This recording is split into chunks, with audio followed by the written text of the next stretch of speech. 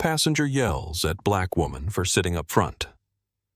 Shocked when she's the airline's founder. Get out of my seat. I don't care whose name is on that ticket. People like you don't end up in Suite 1A by accident. You either made a mistake or you made a fake. The words landed like a hand slammed on a table. Loud. Certain. Designed to end the conversation before it started. The woman in Suite 1A did not move. She did not look up. She did not remove her headphones. She sat exactly where she had been sitting for the past 4 minutes, one leg tucked beneath her. A faded gray hoodie pulled around her shoulders, a battered leather notebook open on the armrest beside her. Her dark, natural curls were escaping their bun in 3 different directions. Her white sneakers, slightly scuffed on the left toe, were still on her feet because she hadn't gotten comfortable enough yet to take them off. She looked to the man screaming at her like someone who had taken a very wrong turn somewhere between the economy check-in counter and the first-class cabin of Lumina Airlines Flight 808 bound for London Heathrow. She looked like she didn't belong here. Arthur Covington was absolutely certain of it. He stood in the aisle of the aircraft's first-class cabin midnight navy Italian suit, silver hair perfectly combed. Patek Philippe watch, catching the warm amber lighting. And he stared at this woman with the unshakable confidence of a man who had never once in 52 years been wrong about who deserved what. "Excuse me." His voice sharpened. "I said get out of my seat." She still did not look up. Around them, the first-class cabin was the quietest it had been since boarding began. 8 private suites, mahogany veneered doors, constellations glowing softly across a soundproofed ceiling, the kind of space that was built specifically so that nothing loud or ugly ever had to happen inside it. Something loud and ugly was happening inside it. And the woman in Suite 1A, the one in the gray hoodie, the worn sneakers, the notebook had still not said a single word. What Arthur Covington did not know could not have known, because he never once bothered to look past the hoodie and the scuffed sneakers, and the absence of any logo he recognized was that in exactly 14 minutes, the quiet woman he was screaming at would not simply prove she had every right to be in that seat. She would cancel his corporate contract, $2.2 million erased in a single sentence. She would revoke his diamond tier status and the diamond tier status of every executive at his firm, effective immediately while he stood watching her do it. She would ban him and every Covington Capital Partners employee from flying Lumina Airlines permanently, irrevocably, not subject to appeal. And in doing so without raising her voice once, without flinching, once without moving from her seat until she was ready, she would trigger a chain of events that would dismantle the company Arthur had spent 30 years building from 35,000 feet above the Atlantic Ocean before he ever made it to London. But we are getting ahead of ourselves. To understand how one man's arrogance dismantled everything he had spent 3 decades constructing, you need to go back. Back to exactly 73 minutes before this moment, when 2 very different people arrived at the same airport on the same stormy Tuesday evening, moved through the same terminal, and headed toward the same gate. Back to before Arthur Covington decided that a woman in a gray hoodie was not worth paying attention to. Back to before he made the worst mistake of his life. One of them was exactly what they appeared to be. The other was something no one in that cabin, not Arthur, not the crew, not the passengers quietly watching from their suites, had begun to guess yet.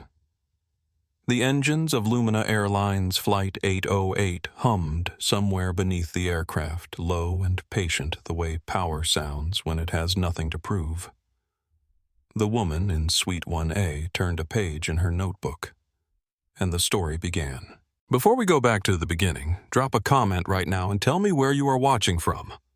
Because I want to know if someone stood in front of you and said what Arthur Covington just said, what would you do? Because I promise you the way this woman responds is something you have never seen before. The way she handles the next 14 minutes is something that people are still talking about.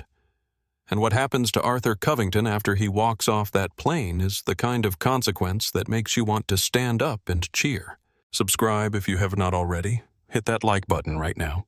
And let us go back to 73 minutes before this moment, back to a rainy November evening, at JFK International and watch exactly how this night began. The rain came down hard against the floor-to-ceiling glass of John F. Kennedy International Airport's Terminal 4, heavy and relentless, the kind of late November rain that felt less like weather and more like a statement. It drummed against every surface. It turned the tarmac into a mirror. It made the outside world look like a painting being slowly washed away. Inside Terminal 4, the world was anything but quiet. Holiday travel had reached its peak chaos. Lines snaked out of every gate, doubling back on themselves in configurations that looked less like queues and more like slow-moving sculptures of collective anxiety. Children cried. Rolling suitcases collided. Gate agents repeated the same delay announcements with the specific exhausted calm of people who have said the same words 400 times and have made peace with saying them 400 more. The air tasted of stale coffee and recycled stress, and the departure boards flickered with a cascade of yellow, delayed notifications that seemed at this point less like news and more like wallpaper. JFK on a Tuesday evening in late November was not a place that made you feel good about the world. But pull back, go up, past the crowded gates, past the overpriced food court, past the family of 6 trying to fold a stroller while simultaneously managing a golden retriever in a service vest up to the mezzanine level, where a pair of frosted glass doors sat between the chaos of the terminal and something else entirely. The doors bore a single emblem, a silver crest minimalist and precise, with 2 words beneath it in an understated serif font. Lumina Airlines, and beneath that in smaller letters, First Class Sanctuary. Through those doors the world transformed. The air changed first. Sandalwood, fresh orchids, the faintest hint of cedar like a library that had been recently cleaned. The lighting shifted from the terminal's harsh fluorescent white to a warm amber that landed on every surface at exactly the angle that made things look more beautiful than they were. Background jazz played at a volume so low it felt less like music and more like a suggestion, a gentle reminder that sound existed and could be pleasant. The lounge itself was a masterwork of deliberate restraint. 8 armchairs each in hand-stitched charcoal leather, arranged in configurations that allowed for privacy without isolation. A long bar along the north wall, staffed by 1 person, offered champagne in crystal glasses, not plastic. On the east wall, a real stone fireplace burned with the kind of steady, controlled warmth that felt both luxurious and slightly theatrical, because it was, and that was, precisely the point. Everything in this room had been chosen specifically. Every surface, every scent, every degree of temperature. This was not an airport lounge. This was an argument. A very expensive, very well-executed argument that flying did not have to feel like something you endured. That argument had been made by 1 person. Tonight, that person sat in the deepest corner of the room, practically swallowed by one of the charcoal leather armchairs, her legs tucked beneath her, a battered notebook open on her knee. She had been here for 22 minutes. In that time, she had ordered a sparkling water, reviewed 7 pages of operational notes, and written 3 separate observations about the lounge in the margins of her notebook in red pen. Nobody had approached her beyond the initial drink order. Nobody had recognized her. Nobody had paid her any particular attention at all. This was exactly what she wanted. At the far end of the lounge, a young man named Diego Flores was collecting empty glasses from the side tables. Diego was 25, Hispanic with the kind of quiet efficiency that came not from training but from character. He had been working this lounge for 14 months and had in that time made it his personal mission to ensure that every glass was collected within 4 minutes of being set down. It was a small thing. It mattered to him. He arrived at the corner table nearest the fireplace where a silver-haired man in a navy suit was sitting with a half-empty espresso cup and a phone pressed to his ear. The silver-haired man was not on the phone. He was watching Diego approach. Diego reached for the espresso cup. "Is there a problem?" the man said. Diego paused. "I'm sorry, sir. With the coffee." The man's voice was flat, precise, designed to make the person receiving it feel they had already done something wrong. It was lukewarm. I ordered an espresso. Espresso is supposed to be served at a specific temperature. This was not that temperature. Are you aware of that? Diego kept his expression neutral. I apologize, sir. I'll get you a fresh cup right away. You'll get me a fresh cup, the man repeated slowly as though the sentence needed to be fully absorbed. What I'd like to understand is how something this basic coffee at the correct temperature is apparently beyond the competence of whoever is running this lounge tonight. Diego did not answer. He simply collected the cup and walked with his usual quiet efficiency back toward the bar. From the deep corner of the lounge behind the cracked spine of a leather notebook, a woman watched this entire exchange. She didn't say anything. She didn't react visibly. She simply watched the way a person watches when they are cataloging, rather than observing when they are not just seeing what is happening, but filing it under a specific heading in a specific drawer of a very organized mind. She wrote something in the notebook. Lounge staff need formal protocol for abusive guests. Empower them to refuse service. Build it into onboarding. Diego Flores, check his file. Give him a raise. She underlined the last sentence twice. Then she turned the page and went back to her operational notes. The fireplace burned steadily. The jazz continued its quiet suggestion. The rain pressed itself against the frosted glass doors, and the man who had dressed down Diego Flores over an espresso sat back in his leather chair, ordered a second cup, and did not say thank you when it arrived. He never said thank you. Her name was Camille Rhodes. She was 34 years old. If you had sat down across from her in that lounge tonight and tried to guess what she did for a living, you would probably have landed somewhere in the neighborhood of software engineer, or maybe a graduate student finishing a dissertation, or possibly someone in the early stages of a startup who had not yet reached the point where the startup paid enough to buy nicer clothes. She had the focused, slightly distracted energy of someone whose brain was running several conversations simultaneously and not particularly interested in the one happening in the room. She wore a faded gray hoodie, the kind that has been through so many wash cycles it has gone soft in a way that new hoodies cannot replicate. Black athletic leggings. White sneakers with a scuff on the left toe. A canvas backpack that was not from any particular brand, carried in the way people carry things when they are not thinking about being seen carrying them. Her dark brown skin was flawless in the amber light. Her natural curls had started the evening in a neat bun and had since made their own editorial decisions, several strands escaping around her temples and the nape of her neck in a way that looked, depending on your perspective, either effortlessly beautiful or like someone who had not found time to look in a mirror in the past 6 hours. She had not. The mirror in the Lumina Airlines executive suite at the Singapore Raffles had been the last one. That was 61 hours ago. The battered leather notebook in her hands had a cracked spine and 47 pages of dense, precise handwriting. The matte black laptop in her backpack was covered in stickers. A small paper airplane in the corner, a few coding symbols she had collected from conferences, a worn sticker that read, "Build the thing," in block letters that had begun to peel at the edges. The laptop itself was 4 years old and ran faster than most new machines because she had rebuilt it herself twice and knew every component by its exact function. These were not the possessions of someone who couldn't afford better. These were the possessions of someone who had long since stopped caring what her possessions said about her because she knew exactly what she was and had never needed her luggage to make the argument. Open the notebook and you would find boarding time variance logs from 6 different Lumina Airlines flights this week, all flown under her name but without advance notice to the crew. Passenger complaint cross-reference data from 3 international hubs. A sketch of a new galley configuration she wanted to test on the 777 fleet. Service timing notes, call, button response times, meal service pacing, greeting consistency across crew teams.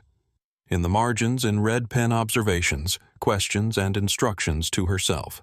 She had been to Singapore, Berlin, and Dubai in the past 5 days. She had slept a combined total of 9 hours across all 3 destinations. 48 hours ago, in a glass tower in London, she had signed the final documentation for a $2 billion fleet expansion, 14 new aircraft, new routes across Southeast Asia and East Africa, a partnership agreement with 3 international airports that had taken 11 months of negotiation to close. She had shaken hands with 4 executives, thanked her legal team, walked out of the building, and immediately gotten on a plane to Singapore to check something a crew member had reported about boarding pace at Changi. This was how Camille Rhodes ran an airline. Not from a corner office, not from board meetings and press releases and carefully curated public appearances. From the last row of economy class and the lounge armchair and the jet bridge and the galley, watching, listening, writing things in red pen, and building the thing she had always believed was possible. Lumina Airlines. 9 years ago, Lumina Airlines did not exist. What existed 9 years ago was a bankrupt regional carrier called Meridian Air. 3 aging planes, $40 million in outstanding debt, a shattered reputation, and a workforce of 212 people who had not been paid in 6 weeks. Every aviation industry analyst who covered the story used the same word to describe Meridian Air's prospects terminal. The company was gone. The only question was whether it would be sold for parts or simply dissolved. Every analyst, every investor, every person in the industry who looked at Meridian Air's situation said the same thing: do not touch it. Camille Rhodes read all of their analyses, considered them carefully, and bought the airline anyway. She was 25 years old. She paid the 212 employees their 6 weeks of back wages before she bought a single new aircraft or hired a single consultant or redesigned a single seat. All of it, every dollar from the capital she had spent 3 years accumulating through a series of smaller investments and consulting contracts that she had built methodically and without fanfare since she was 21. She paid the workforce first, because she believed that was the correct order of operations. You do not build a company out of a crisis by cutting the people who kept it running. You build it by giving them a reason to keep running it. Then she rode every remaining Meridian route in economy in the last row and took notes. It took 2 years to get the airline profitable. 3 more to launch the transatlantic route that everyone in the industry said would fail. 5 years to build the fleet to 47 aircraft. 7 years to build the Lumina first-class sanctuary. This lounge, this room, these frosted glass doors, and this sandalwood air, and Diego Flores collecting glasses with quiet dignity from nothing. She had done it almost entirely invisibly. That was by design. Camille had always believed that the most important intelligence an airline's CEO could have was direct, unfiltered, unperformed knowledge of what the product actually felt like. Not what the reports said it felt like. Not what the customer satisfaction surveys indicated. What it actually felt like to check into board, to sit in the seat, to press the call button and wait to be greeted, to be ignored, to be served, to be looked at by a member of the crew and have them decide in half a second what kind of passenger you were. She wanted to know what that felt like when nobody knew it was her. So she traveled as a ghost. No advance notification. No VIP flag. Just a name on a manifest and a boarding pass and a worn white sneaker stepping onto her own aircraft while her crew had no idea who was watching. Tonight was exactly that. She closed the notebook, packed the laptop, slung the canvas backpack over one shoulder, and finished the last of her sparkling water. Before she stood up, she looked across the lounge at Diego, who was straightening the items on a side table with the careful attention of someone who took small things seriously. She made a mental note, his file first thing after London. Raise effective immediately. And a new protocol for abusive guests drafted and circulated before the end of the month. No one who worked on her airline should be required to absorb that kind of behavior and keep smiling. The overhead speaker chimed soft elegant, like everything else in this room. Lumina Airlines invites our Diamond Tier and first-class passengers to begin boarding for Flight 808 to London Heathrow at Gate B12. Camille stood up. She walked toward the frosted glass doors without hurrying, without checking her reflection, without adjusting anything about herself. She was exactly who she was. That had always been enough. Arthur Covington had been performing certainty for so long that he had forgotten it was a performance. He stepped out of his car at Terminal 4, the way men like Arthur always step out of cars, phone already pressed to his ear, voice already at full volume, the conversation already half finished because his time was too valuable to waste on transitions.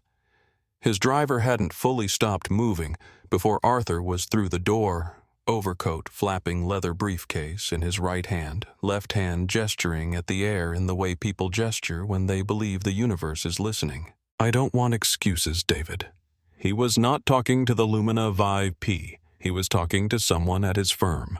Someone named Marcus, probably, or Phil, who were interchangeable in Arthur's mind because they were both people who brought him problems instead of solutions. The filing happens Friday. I don't care what their lawyers say. We own the assets. We liquidate. All of it. He paused, listened for approximately 1 second. The workforce is not my concern. That's what severance packages are for. Yes, all of them. The whole department. Just get it done. He hung up. He did not say goodbye. He never said goodbye. Goodbyes were for people who were uncertain whether they would speak again, and Arthur was never uncertain about anything.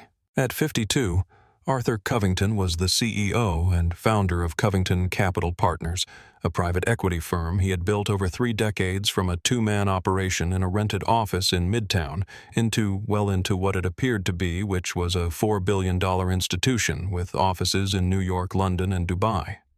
A client list that read like a roster of the global elite, and a reputation for doing what private equity firms do, acquiring companies, restructuring them with extreme efficiency, and selling what remained at a profit. What Covington Capital Partners appeared to be and what it currently was were 2 different things. Arthur did not think about the difference often. He had found over the years that thinking about the difference between appearance and reality was something that happened to people who had time for doubt. And Arthur had filled every available hour of his life with activities that made doubt impossible. Meetings, deals, phone calls at 5 in the morning, dinners with people who needed something from him, the constant exhausting, necessary performance of a man who had never once slowed down long enough to look at his own foundation and ask whether it was still solid. The foundation, as it happened, was not solid. A series of bad commercial real estate investments, 3 properties in markets that had moved the wrong direction, 1 catastrophic acquisition of a manufacturing company that had seemed stable on paper and turned out to be anything but, had left Covington Capital Partners in a financial position that Arthur's carefully managed public image concealed with impressive thoroughness. The firm was over-leveraged. The quarterly numbers, when you looked past the headline figures and into the actual cash flow, told a story that Arthur's PR team worked very hard to ensure no one read too carefully. There was one lifeline. A European conglomerate called the Bauer-Linz Group had been in conversations with Covington Capital for 6 months about a potential acquisition. It was the kind of deal that would have solved everything. The debt, the leverage, the creeping anxiety that had started showing up at the edges of Arthur's sleep, which he refused to acknowledge as anxiety and had reclassified as competitive intensity. The Bauer-Linz Group was interested. They were close. The deal was nearly done. But the Bauer-Linz Group made decisions based on prestige. They wanted to acquire firms that looked and felt and operated like the elite. And one of the things on Covington Capital's portfolio presentation, one of the things Arthur's team had highlighted in the very first slide as evidence of the firm's exclusive premium positioning, was the Lumina Airlines Diamond Tier corporate contract, $2.2 million annually. Diamond status across the entire executive team. The kind of partnership that signaled to the kind of people Arthur needed to impress that Covington Capital operated at a certain level. Arthur needed that contract the way a man in a flood needs a ledge to stand on. He did not think about this consciously. He did not think about vulnerability consciously. He simply moved through the world carrying it the invisible, unacknowledged weight of a man who has staked everything on continuing to appear exactly as powerful as he has always appeared. He walked through Terminal 4 like a man who owned the terminal. He entered the Lumina first-class sanctuary and glanced around the lounge with the practiced efficiency of someone surveying a room for people worth acknowledging. In the deep corner, a young black woman in a gray hoodie sat tucked into a leather armchair, writing in a notebook. Arthur's gaze passed over her without stopping. She did not register as worth noticing. He looked away. He sat down. He ordered an espresso.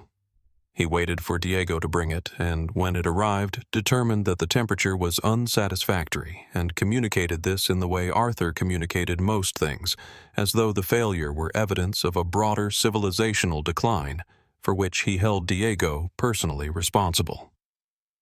He made 2 more phone calls. Both loud, both transactional, both hung up without goodbye.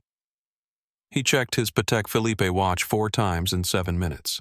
When the overhead speaker announced boarding for Flight 808, Arthur stood up before the announcement was finished. He straightened his jacket. He picked up his briefcase. He looked around the lounge once more at Diego, collecting glasses at the other guests finishing their champagne at the frosted glass doors that led back to the terminal. He did not look at the corner armchair. The woman in the gray hoodie was already gone. Gate B12 was running smoothly. Beatrice Flynn had been a Lumina gate agent for 6 years, and she had developed in that time a specific philosophy about her job. The boarding process was a river, and her job was to keep the river moving. Smooth, consistent, no rocks. She knew her regulars. She knew the rhythms of the priority lane.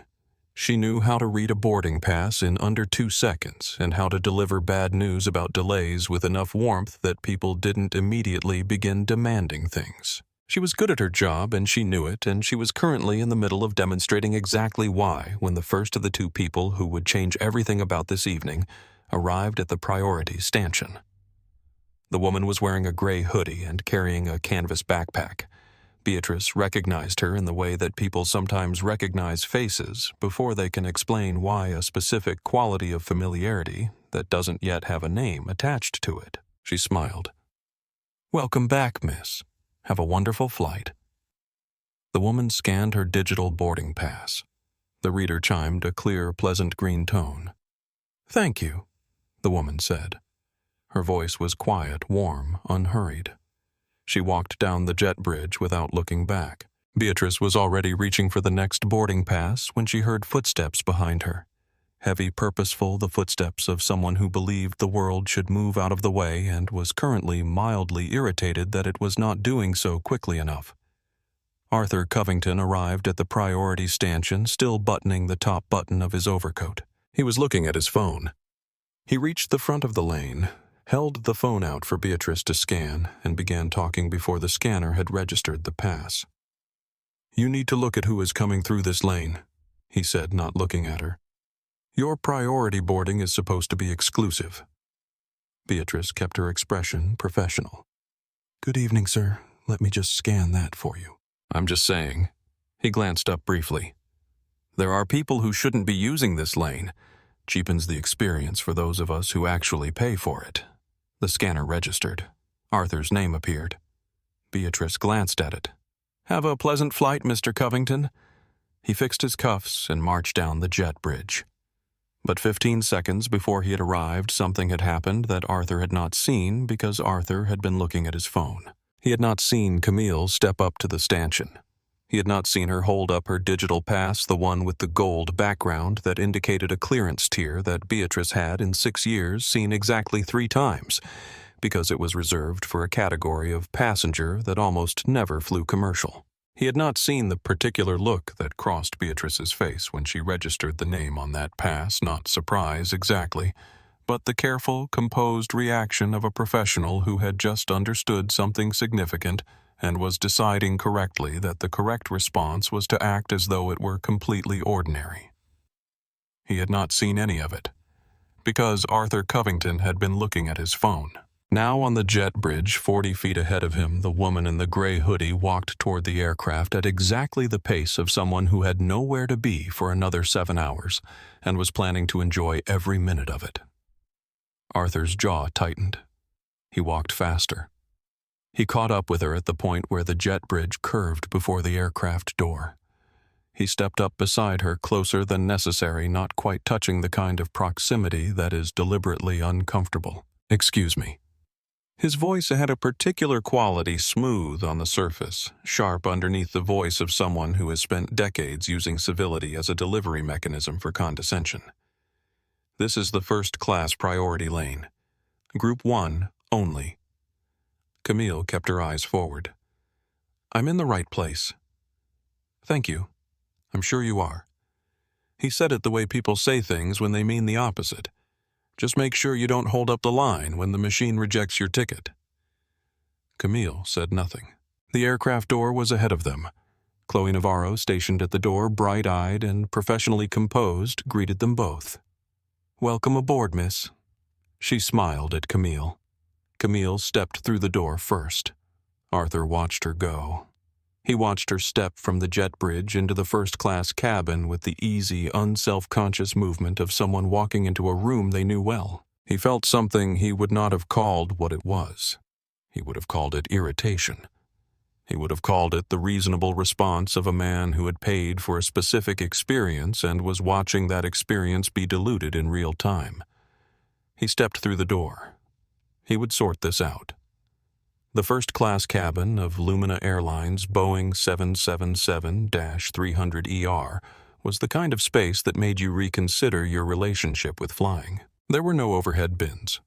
There were personal wardrobes instead, narrow mahogany-paneled closets built into the partition behind each suite with cedar-scented hangers and a small drawer for items you wanted close. The ceiling was painted a deep charcoal and embedded with small fiber-optic points that replicated with notable accuracy the star pattern visible from the North Atlantic at cruising altitude.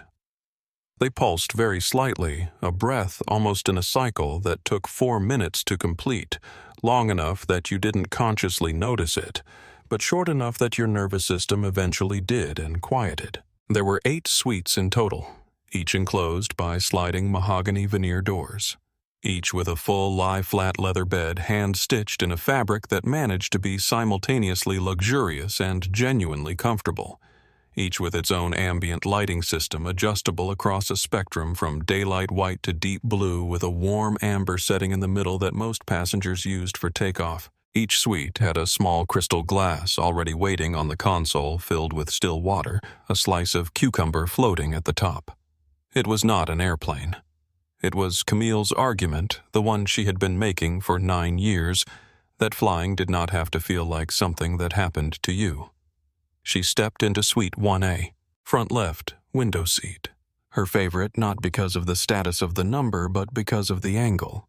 She could see the wing from this position, and she had always found something reassuring about watching the wing, the way it flexed slightly in turbulence, the way the lights at the tip blinked with patient regularity, the way it stayed exactly where it was supposed to be no matter what the air was doing around it. She slid her canvas backpack under the ottoman, sat down into the leather, let out a long, slow breath that carried more weight than it appeared to.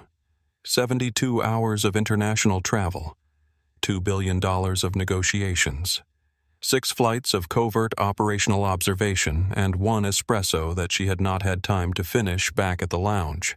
She pressed the ambient lighting button. The suite shifted to a soft, deep blue. She reached into her backpack, pulled out her noise-canceling headphones, and settled them over her ears. For approximately 40 seconds, Camille Rhodes was simply a tired woman on a plane who was about to go to sleep. Then the footsteps arrived. Chloe Navarro appeared at the suite entrance, 23 years old, 3 months into her position as a Lumina flight attendant, wearing the airline's slate gray uniform with the silver crest at the lapel, and the very specific expression of someone who has been thoroughly trained and is currently discovering that training and reality are 2 different countries. She had been rehearsing the suite service sequence in her head since the pre-flight briefing. Greet each passenger by name if possible. Take the overcoat. Offer the pre-departure beverage. Note any dietary preferences. Check in again before the door closes. Smile, but make the smile real. Lumina's training program spent an entire module on the difference between performed warmth and actual warmth and how passengers could tell. She smiled at Camille. It was a real smile. Good evening, miss. Welcome aboard. My name is Chloe. I'll be one of your cabin crew tonight. Can I take anything for you before we push back?" Camille pulled one headphone off her ear, looked at Chloe, returned the smile equally real. "I'm all right for now, thank you. Maybe some sparkling water after we're airborne." "Of course." Chloe made a small note on the tablet she carried. "We're looking at an on-time departure. Doors should close in about 12 minutes. She paused. "Please let me know if there's absolutely anything." "I will," Camille said. She filed Chloe's name away, noted the quality of the interaction, warm, prepared, unforced. Good instincts. She would need to remember to check whether Chloe was in the mentorship pipeline. She put her headphone back on. 20 seconds later, she heard the footsteps. Heavy, purposeful. Expensive shoes on a carpeted aisle, but still carrying the specific weight of someone who had decided something before they arrived. She heard Arthur Covington's voice before she saw him. He was talking to Chloe, who had materialized in the aisle the moment he entered the cabin with the attentiveness of someone doing exactly her job. "Good evening, Mr. Covington. Let me take that for you." Chloe reached for his cashmere overcoat. He handed it off without looking at her. "I'm in 1A, he said. "Your suite tonight is 1B, sir, right across the aisle. I always sit in 1A. Chloe maintained her composure with the precision of someone standing on a surface that has just shifted. "I apologize, sir. 1A was booked ahead of your reservation.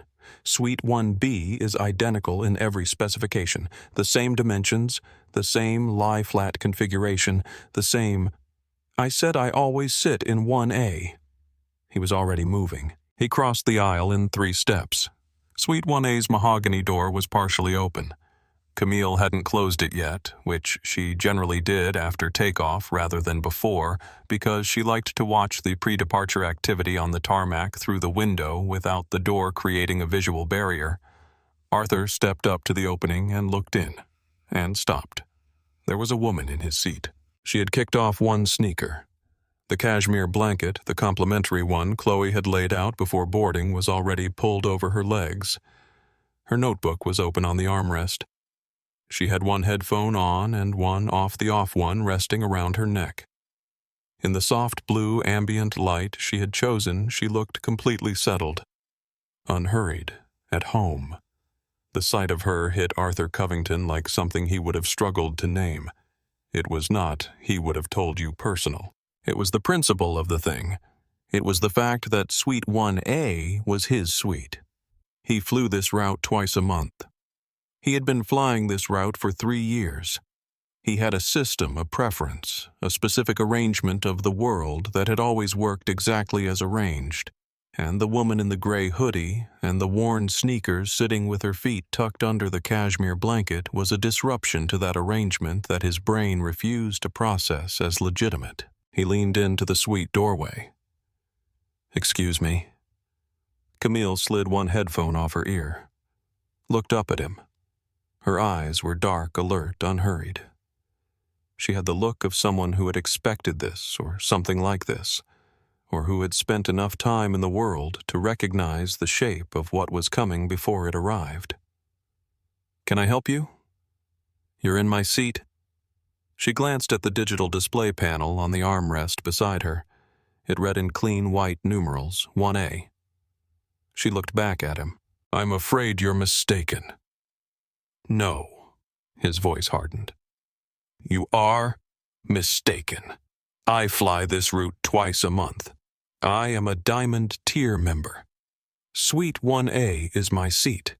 This is not economy. This is not a place for standby upgrades." His eyes moved briefly, deliberately across the hoodie, the leggings, the scuffed sneakers. He did not finish the sentence. He did not need to. The look said everything the sentence did not. Camille held his gaze for a moment. Then she said evenly, "I suggest you check your boarding pass, sir. The flight attendant just told you that your suite is 1B. It's directly across the aisle." She began to raise the headphone back toward her ear. Arthur's hand shot out and slapped the doorframe. The sound was loud enough that Chloe, still standing in the aisle, flinched. "Do not ignore me." His voice had dropped not quieter, but heavier. Show me your boarding pass. Right now. The cabin was very quiet. Camille did not show him her boarding pass. She lowered the headphones slowly, set it on the armrest, sat up slightly in the leather seat, and looked at Arthur Covington with an expression that was not fear, was not anger, was not even particularly surprise. It was the expression of someone who has assessed a situation completely and is deciding deliberately how much of their attention it deserves. "I'm not required to show you anything," she said. "Please step out of my suite. Your suite." He repeated the words the way people repeat things when they find them absurd. "You don't belong here. I know how this works. I know how people get into cabins they haven't paid for. You think because the door was open? Chloe." Camille spoke past him, not loudly, just clearly. "Could you come here, please?" Chloe was already moving. She appeared at the suite doorway with the rapid, precise arrival of someone who had been watching this interaction from the moment it started, and had been waiting for exactly this summons. "I apologize for the disruption," Camille said to her. "Could you please confirm my seat assignment for Mr. Covington?" Chloe looked at Arthur, then at Camille. Then she reached for her tablet and pulled up the manifest. "Of course." Her voice was steady. She had been told in training that the most important thing a crew member could do in a conflict between passengers was remain the calmest person in the space. She was working very hard at this. "Miss Rhodes has been assigned Suite 1A. Mr. Covington, your suite is 1B directly across." "That's impossible." Arthur's voice rose. "She used points. It's a glitch. It's a computational error." He turned back to Camille. "Look at you.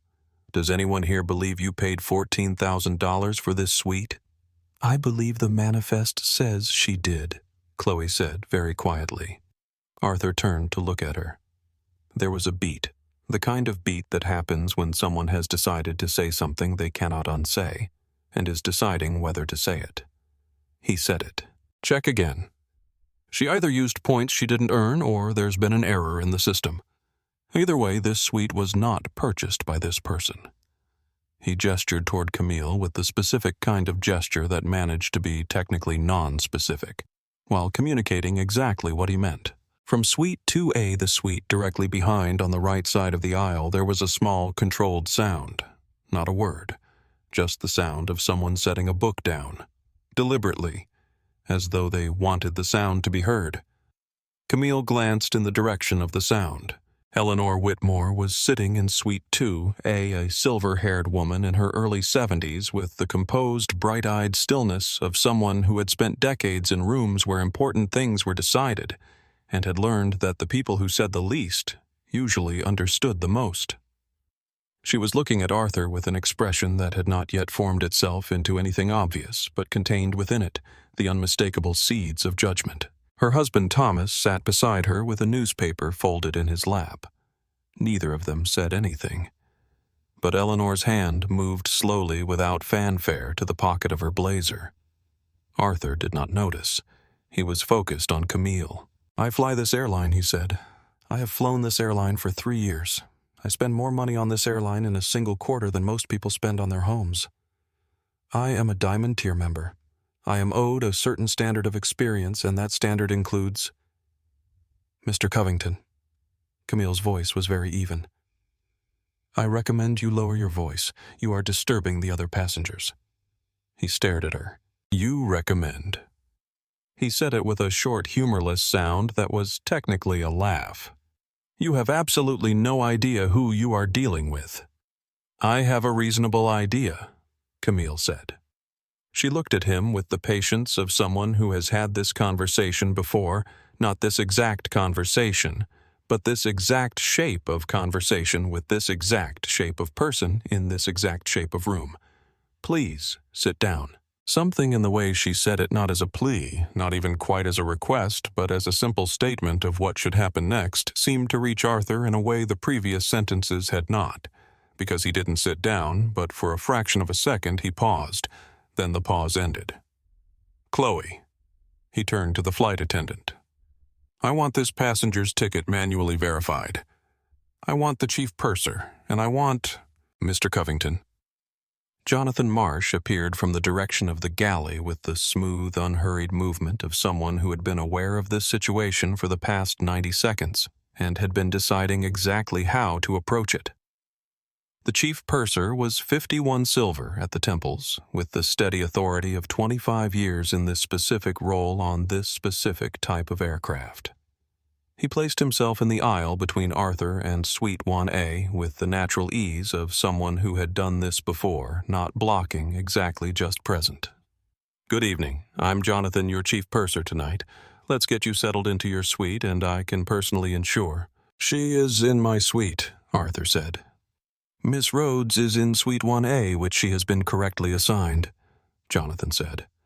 The warmth in his voice was real, but the edge beneath it was equally real. "Suite 1B is directly across the aisle and is identical in every specification. May I offer you a glass of champagne as you get settled? We have a 2015 Krug on board tonight that I think you'll—" "I don't want champagne," Arthur said. "I want my seat."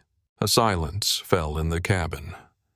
Not uncomfortable, exactly the kind of silence that falls when a room full of people have all independently decided to pay careful attention to the same thing.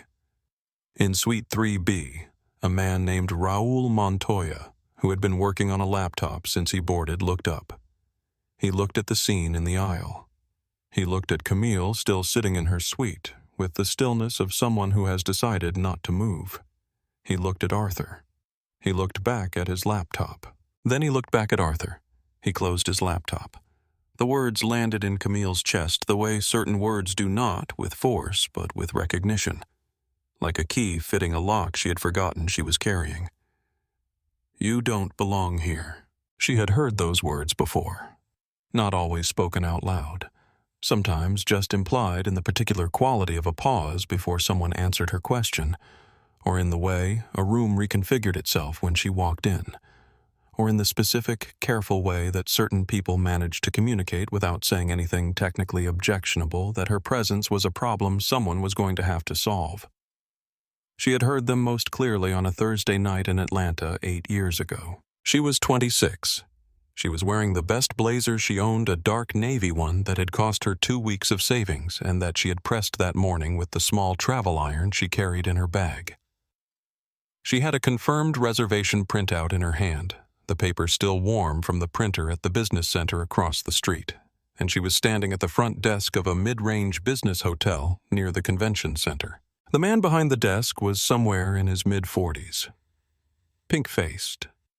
Pleasant in the way that people are pleasant when pleasantness costs them nothing.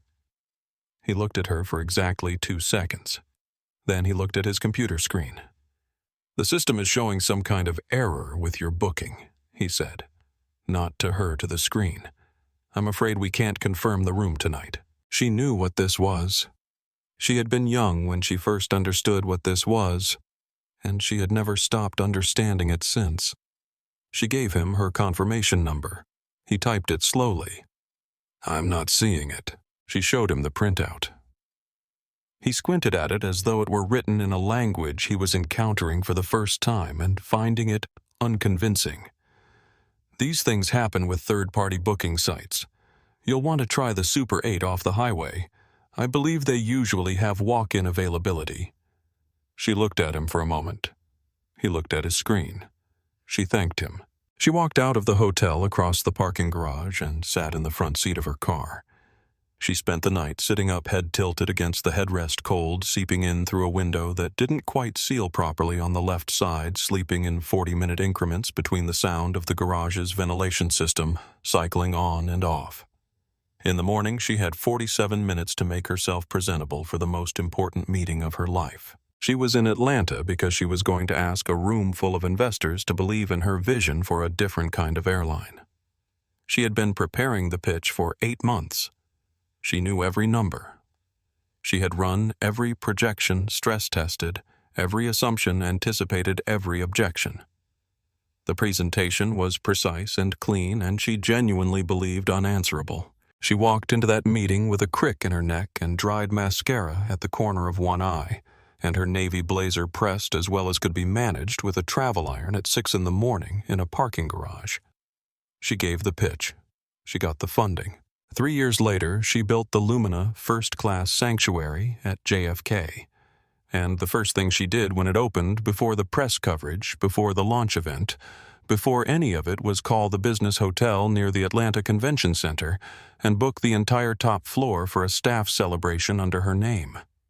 The same name they couldn't find in the system. They found it this time. Now sitting in Suite 1A with Arthur Covington standing in her doorway, telling her she didn't belong. Camille heard the echo of that hotel lobby the way you hear things that have been with you long enough to become quiet, not loud anymore, not sharp anymore, just present. A constant low frequency beneath everything else. She looked at Arthur. He was still talking. She could see his mouth moving, his hands gesturing, his face doing the things faces do when they are performing authority for an audience. 8 years ago, she had looked at the man behind the hotel desk and said, "Thank you anyway," and walked away. She was not going to say thank you anyway tonight.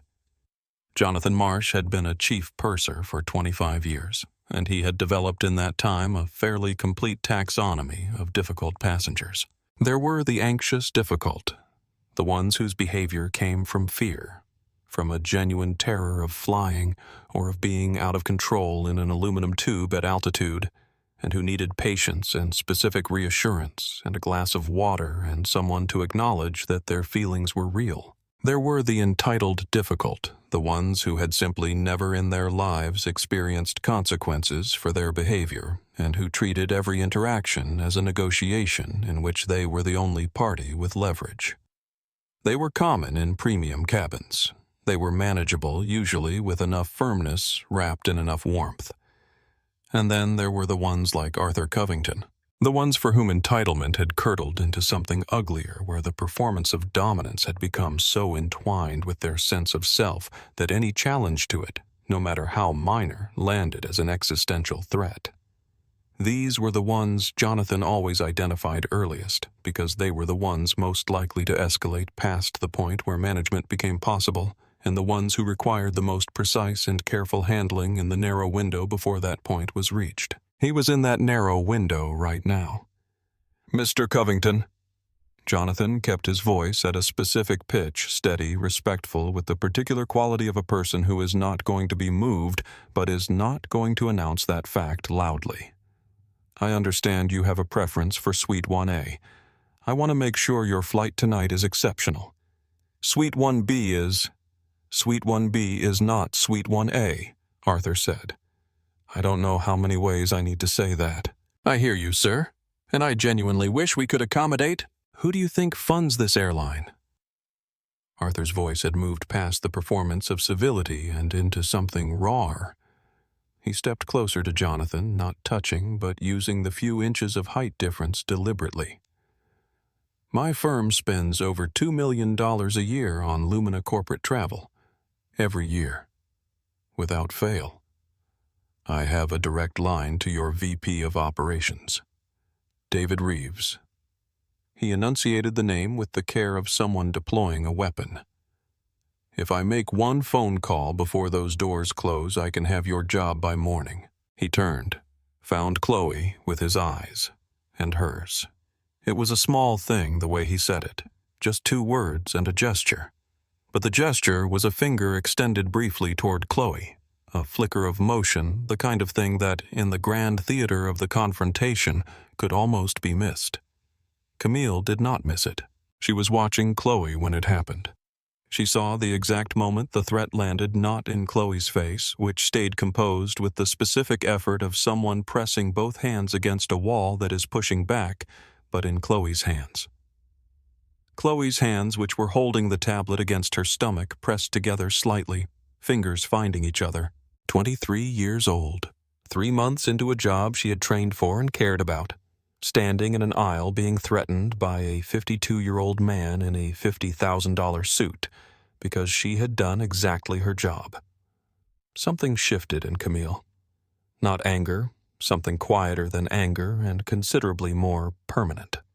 Jonathan held his ground. His jaw had a quality now that it hadn't had before set deliberate. "Mr. Covington, I am going to ask you once more to take your seat. Making threats against crew members is a violation of federal aviation regulations and will be documented in the flight record." He glanced at Chloe. The glance was brief and deliberate. It said, "Log this. Right now." Chloe moved to the galley station. This was Jonathan choosing a side. He did not make a speech about it. He simply did it a look, a sentence, a direction to the person he was responsible for. It was the smallest possible version of courage, and also a completely real version of it. Arthur watched Chloe move to the galley. His expression shifted, reading the action correctly, understanding that Jonathan had just changed the nature of the interaction. "Your flight attendant's notepad," he said. "Your documentation. You think that protects you?" "I have attorneys on retainer who have never lost a wrongful termination case. The documentation protects the record," Jonathan said. "That's what it's for." Arthur turned back toward Suite 1A. Camille was looking at him. She had not moved from her seat. She had not raised her voice.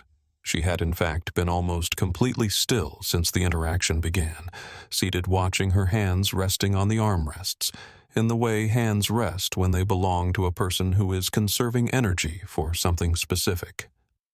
"You seem," she said, "to be under the impression that threatening people is the same thing as having power over them." Arthur stopped.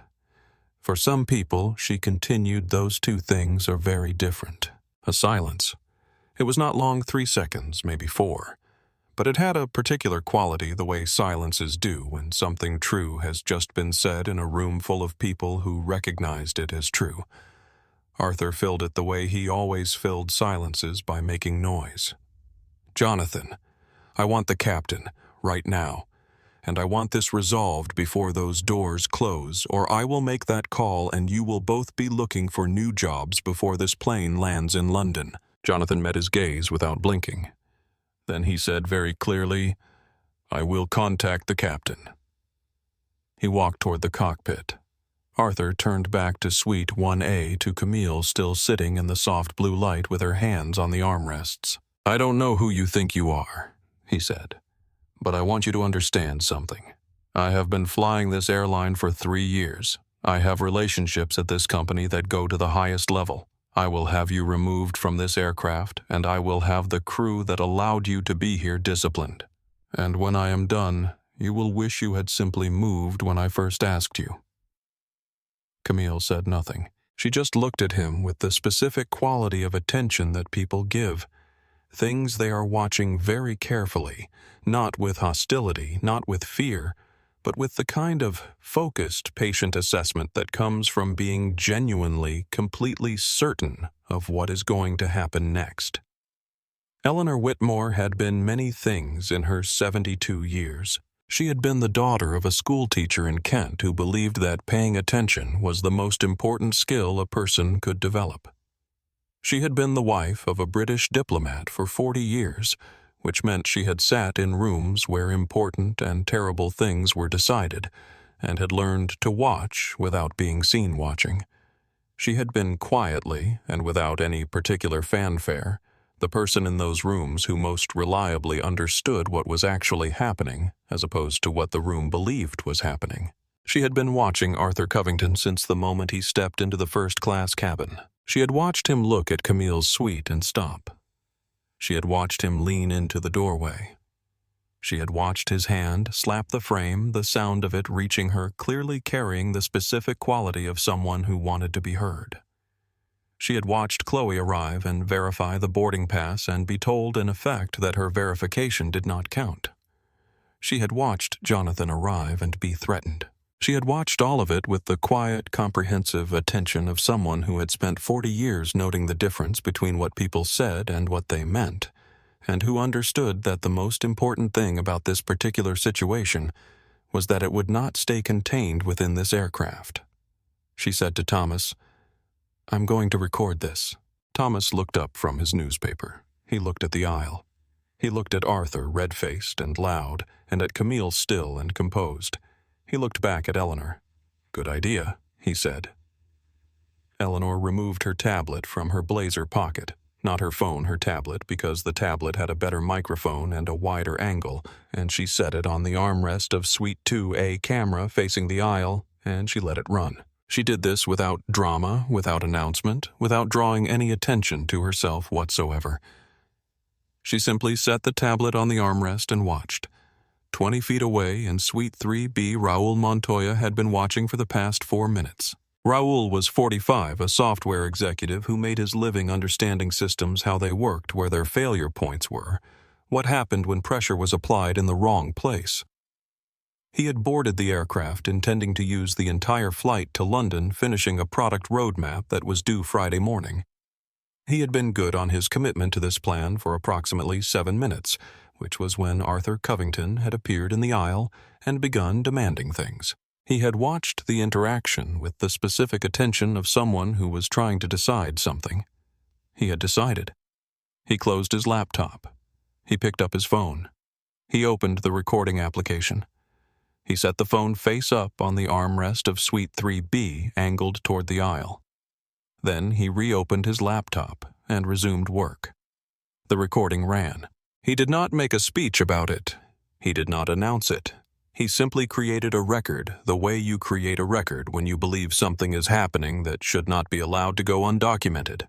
Arthur was in the aisle again, his voice rising toward Jonathan's retreating back. "I want the captain out here in the next 5 minutes, do you hear me?" 5 minutes or I'm on the phone with David Reeves. From Suite 3B, without looking up from his laptop, Raul said, "Sir, the rest of us are trying to have a quiet flight. Could you please take your seat?" Arthur turned. He looked at Raul at the laptop. The calm posture, the complete absence of any expression that suggested Raul was particularly concerned about Arthur's reaction. "Stay out of this," Arthur said. Raul looked up. He looked at Arthur for one full beat. Then he looked at Camille, still sitting in Suite 1A with her hands on the armrests. Then he looked back at his laptop screen. "I've made a note of the time," Raul said to no one in particular. 8:47 p.m. The cabin was quiet. In Suite 2, a Eleanor Whitmore's tablet recorded the quality of that quiet, the way it pressed against the walls of the cabin, the way it communicated without any words at all that Arthur Covington was now standing in a space full of people who were paying careful attention and who had stopped collectively being neutral. Arthur did not notice this. This was perhaps the most important thing about Arthur Covington. His certainty was so complete that he had lost the ability to read a room. He could not feel the atmosphere shifting because he had never learned to feel it. He had spent too many years in rooms where the atmosphere shifted in his favor automatically, where his presence and his volume and his net worth calibrated the space around him without his needing to pay attention to how. He had been in this cabin for 11 minutes. He had no idea that in 3 minutes the woman in the gray hoodie was going to stand up. He had no idea what that was going to mean. "You have no idea who you're dealing with." Camille had heard this particular sentence before. She had heard it from bigger men in sharper suits in rooms with more expensive furniture, and she had heard it delivered with more sophistication than Arthur Covington was currently managing, and she had heard it at moments when the stakes were considerably higher than an airline seat on a Tuesday evening. The most memorable time was a conference room on the 38th floor of a building in Midtown Manhattan 8 years ago, 7 weeks after the night in the Atlanta parking garage. She had been 29. The airline, still in its early form, 3 routes numbers that were finally tentatively beginning to work, needed a capital injection to expand. She had spent 4 months preparing the pitch. She could recite every number in the deck from memory. She had stress-tested every assumption, anticipated every question built in every objection before anyone could raise it. The room had 12 people in it. 12 investors, all male, all white, all in suits that probably cost more than her monthly operating budget at the time. They listened. They nodded in the appropriate places. They asked questions that were mostly reasonable. Then, on slide 4, a man interrupted her. He was silver-haired, navy suit.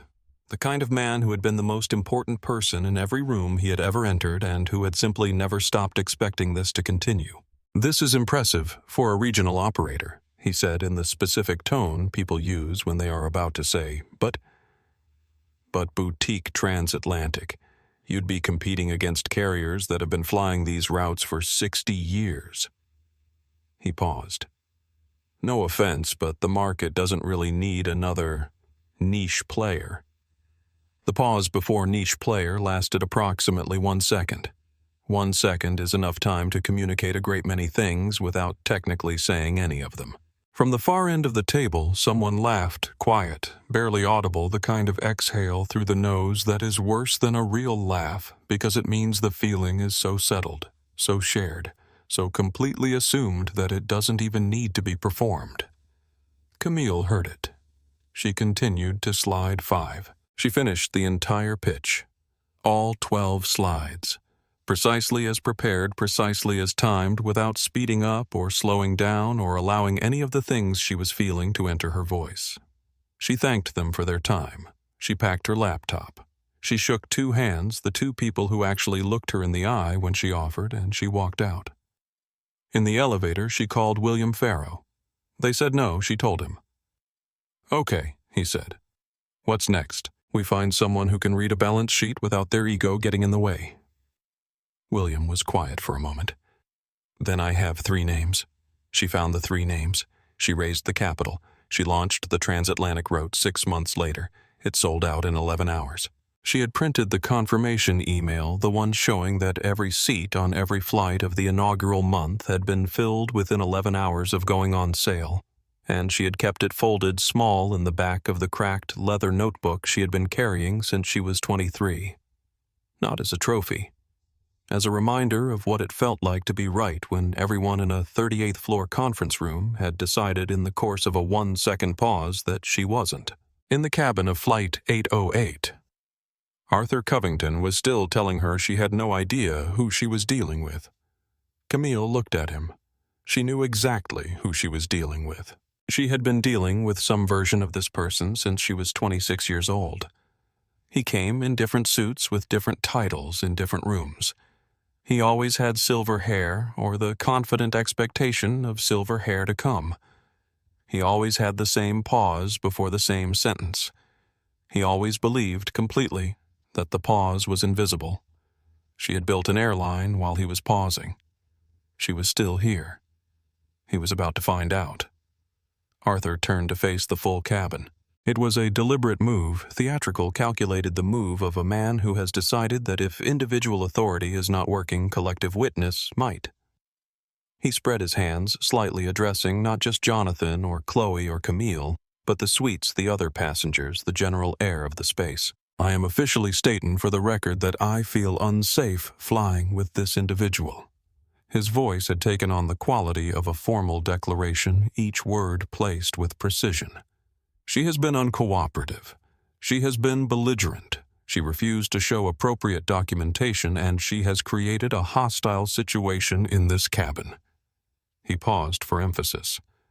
"I want the captain out here immediately." Another pause. He turned specifically toward Jonathan, who had returned from the galley direction and was standing 10 feet away. "Either she is removed from this aircraft before those doors close, or I call David Reeves right now and I pull Covington Capital Partners' entire corporate contract with this airline. $2.2 million, Jonathan." He let the number sit in the air. "Gone. And then I will personally explain to every executive in my network why Lumina Airlines is no longer the kind of carrier that respects its premium customers." The word unsafe had a particular effect on the cabin. Not the word itself. Everyone present had watched enough of the last 12 minutes to have a very clear picture of who the unsafe element was. But the deployment of it, the specific choice of it, the way it reframed the situation. A woman sitting quietly in her confirmed seat was now officially a threat. Thomas Whitmore set down his newspaper with a deliberateness that was almost a statement. Eleanor's tablet continued recording. Raoul's phone continued recording. Chloe at the galley station was still logging. Her hands were steadier than they had been 10 minutes ago. She had found in the specificity of documentation something to hold on to. Each entry was a fact. Facts were manageable. She made another entry. Jonathan stood in the aisle and did the calculation that Jonathan had been doing since the moment Arthur arrived: the risk of acting, the risk of not acting, the difference between what was right and what was safe, and whether those two things were the same tonight. He looked at Chloe. He looked at Camille. He made his decision. Mr. Covington, and his voice was different now. The warmth was still there, but the layer beneath it was visible like wood grain under varnish. "I am going to ask you one final time to take your seat. If you do not, I will contact the captain and request his presence in the cabin. That is not a threat. That is the procedure." "Get him," Arthur said. "Perfect. Let's do this properly." Jonathan turned and walked with complete calm toward the front of the aircraft. The cabin was very quiet. In that quiet, something happened that Arthur did not observe and would in retrospect have very much wished he had. Camille unbuckled her seatbelt. She did it slowly. She set her notebook aside, set her headphones on the console beside the crystal water glass. She brought her feet down from where they had been tucked under the cashmere blanket. She sat forward in the leather seat. She was for the first time since Arthur Covington had appeared in her doorway preparing to stand up. She did not rush. She stood with the particular quality of movement that has no performance in it, no drama, no announcement, but that carries for reasons that are difficult to articulate the unmistakable weight of intention. The woman who stood up was wearing the same gray hoodie, the same scuffed sneakers. Not a single thing about her appearance had changed, and yet the quality of the space around her changed completely.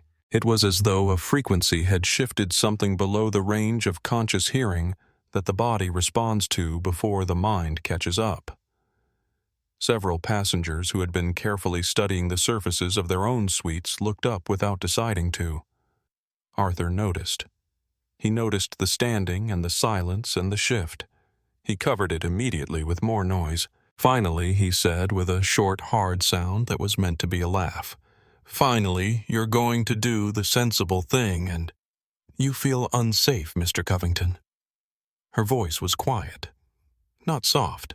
There is a difference between quiet and soft, and this was not soft. It was the specific kind of quiet that happens when the person speaking has decided that they no longer need to manage the volume of the conversation. Arthur stopped, extremely.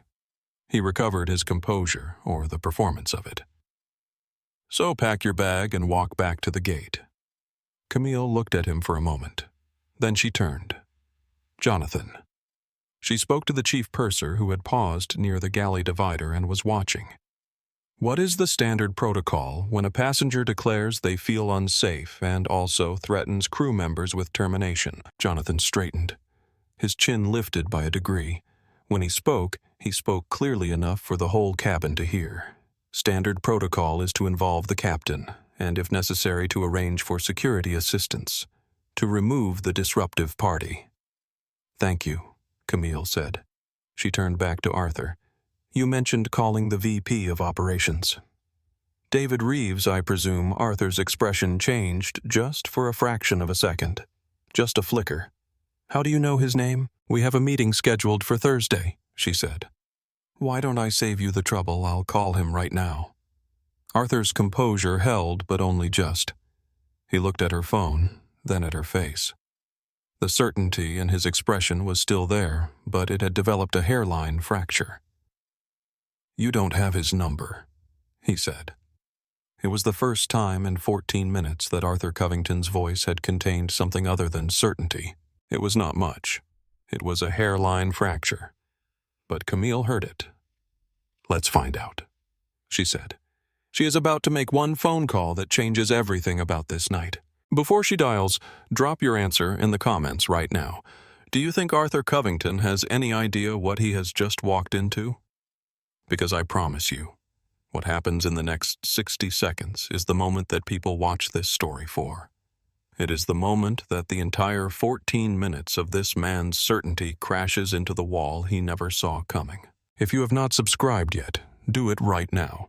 Hit that like button. And let's see what happens when a man who has spent 30 years performing power meets a woman who spent 9 years building it. Camille unlocked her phone.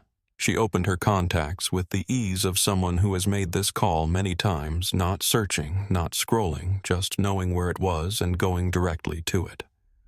The contact was labeled simply Reeves David, VPOPS. She pressed dial. She put the phone on speaker, and she held it up. The cabin was completely silent. Not the polite silence of passengers trying not to listen, the actual silence of people who have stopped doing everything else. The background jazz had ended a few minutes ago, and no one had restarted it. The auxiliary power hum of the aircraft was the only continuous sound. The phone rang. Once, twice, and then a voice clean, professional, warmly familiar came through the speaker with perfect clarity. "Camille." "Good evening. I thought you'd be wheels up to London by now." Arthur Covington's face went through several stages very quickly. The first was confusion, the expression of a man whose brain is trying to reconcile two pieces of information that should not be able to coexist. The second was recognition, the slow, terrible dawning of understanding. The third was something that had no clean name, the physical manifestation of a very large number of things becoming clear at the same time. He took a step back. An actual physical step backward, as though the voice through the phone speaker had a weight that his body was compensating for. "Not quite yet, David." Camille's voice was unchanged, same register, same calm, same complete absence of performance. "We have a slight situation at the gate. Tell me something. Do we currently hold an active corporate contract with Covington Capital Partners?" The sound of keyboard typing came through the speaker, clean brisk, the typing of someone who knew exactly where to look. "Covington Capital Partners. Let me check." A brief pause. "Yes. Diamond Tier Corporate Agreement. Active. They're running approximately $2.2 million annually across the full network. Did something come up?" Arthur's mouth opened. He closed it. He opened it again. Nothing came out. "Something came up," Camille said. "Cancel the contract, David." A beat. "I'm sorry. You heard me? Cancel it. Revoke all Diamond Tier credentials across the Covington Capital Partners account. Every executive, every profile effective immediately. Refund any outstanding ticket balances. And David, I want Arthur Covington and all Covington Capital Partners employees permanently banned from flying Lumina Airlines. Not suspended. Banned. Effective right now, while he's standing in front of me." The silence on the other end of the line lasted approximately 3 seconds. Then, "Consider it done, Chief. Do you need anything else handled tonight?" "No. That's all. Thank you, David. Good night." She ended the call. She slid the phone into the pocket of her hoodie. She looked at Arthur Covington. Arthur Covington looked back at her. He had the specific appearance of a man whose internal architecture has just shifted in a way that cannot be shifted back. His color was wrong. The confident flush of the past 14 minutes had drained into something pallid and unsteady. His jaw was working but producing nothing. His hands, which had been in constant motion for the entire confrontation, gesturing, pointing, emphasizing, were still. "Who?" He stopped. "Who are you?" Camille let the question sit for a moment. Just a moment. Not for drama, because some moments deserve the space they require. Then she spoke. Her voice was clear. It carried to every corner of the cabin without her raising it by a single degree. "My name is Camille Rhodes." She took one step forward. Not aggressive, just present. "I don't just hold a ticket for Suite 1, a Mr. Covington." Another step. Now she was standing fully in the aisle, facing him directly. "I am the founder, the majority shareholder, and the chief executive officer of Lumina Airlines." The quality of the silence that followed was unlike the previous silences. This was not the silence of people trying not to listen. This was the silence of people who have just heard something that is reorganizing everything they understood about the past 14 minutes. From Suite 2, Thomas Whitmore drew a slow breath. Eleanor's tablet continued recording. From Suite 3B, Raul Montoya looked up from his laptop and did not look back down. Chloe, at the galley station, stopped writing. Her pen was still on the page. She was looking at Camille. She was trying to remember how to breathe. Camille continued. On my aircraft, we do not tolerate threats against my crew. She looked at Chloe, at Jonathan, a brief direct acknowledgement not of what they had been through but of who they were, and we do not tolerate what happened in this cabin tonight. She turned to Jonathan, who was standing near the galley divider, and who had in the past 30 seconds undergone the specific transformation that happens to people when something they were hoping was true turns out to be true.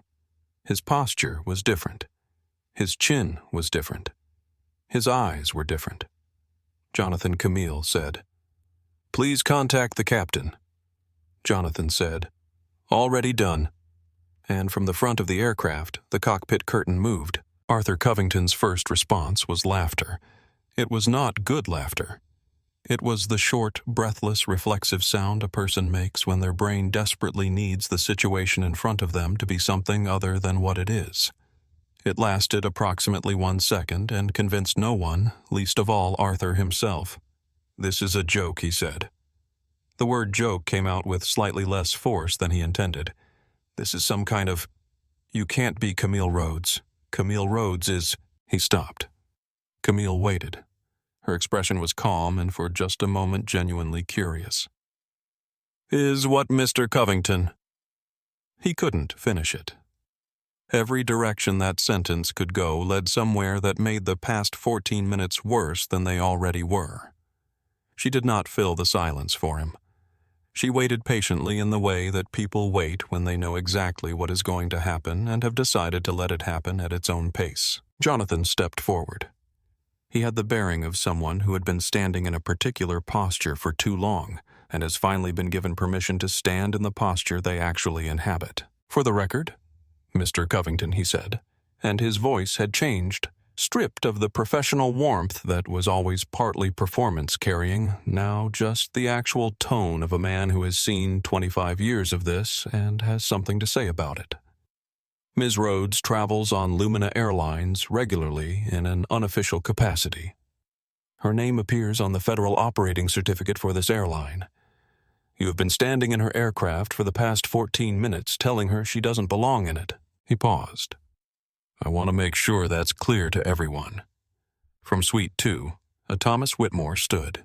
He was a tall man, and the standing was deliberate, not the hurried standing of someone responding to something, but the measured rising of someone who has decided that the moment requires them to be on their feet. He straightened his jacket. He looked at Arthur with an expression that contained in its quiet precision 40 years of having been in rooms where important things were handled badly.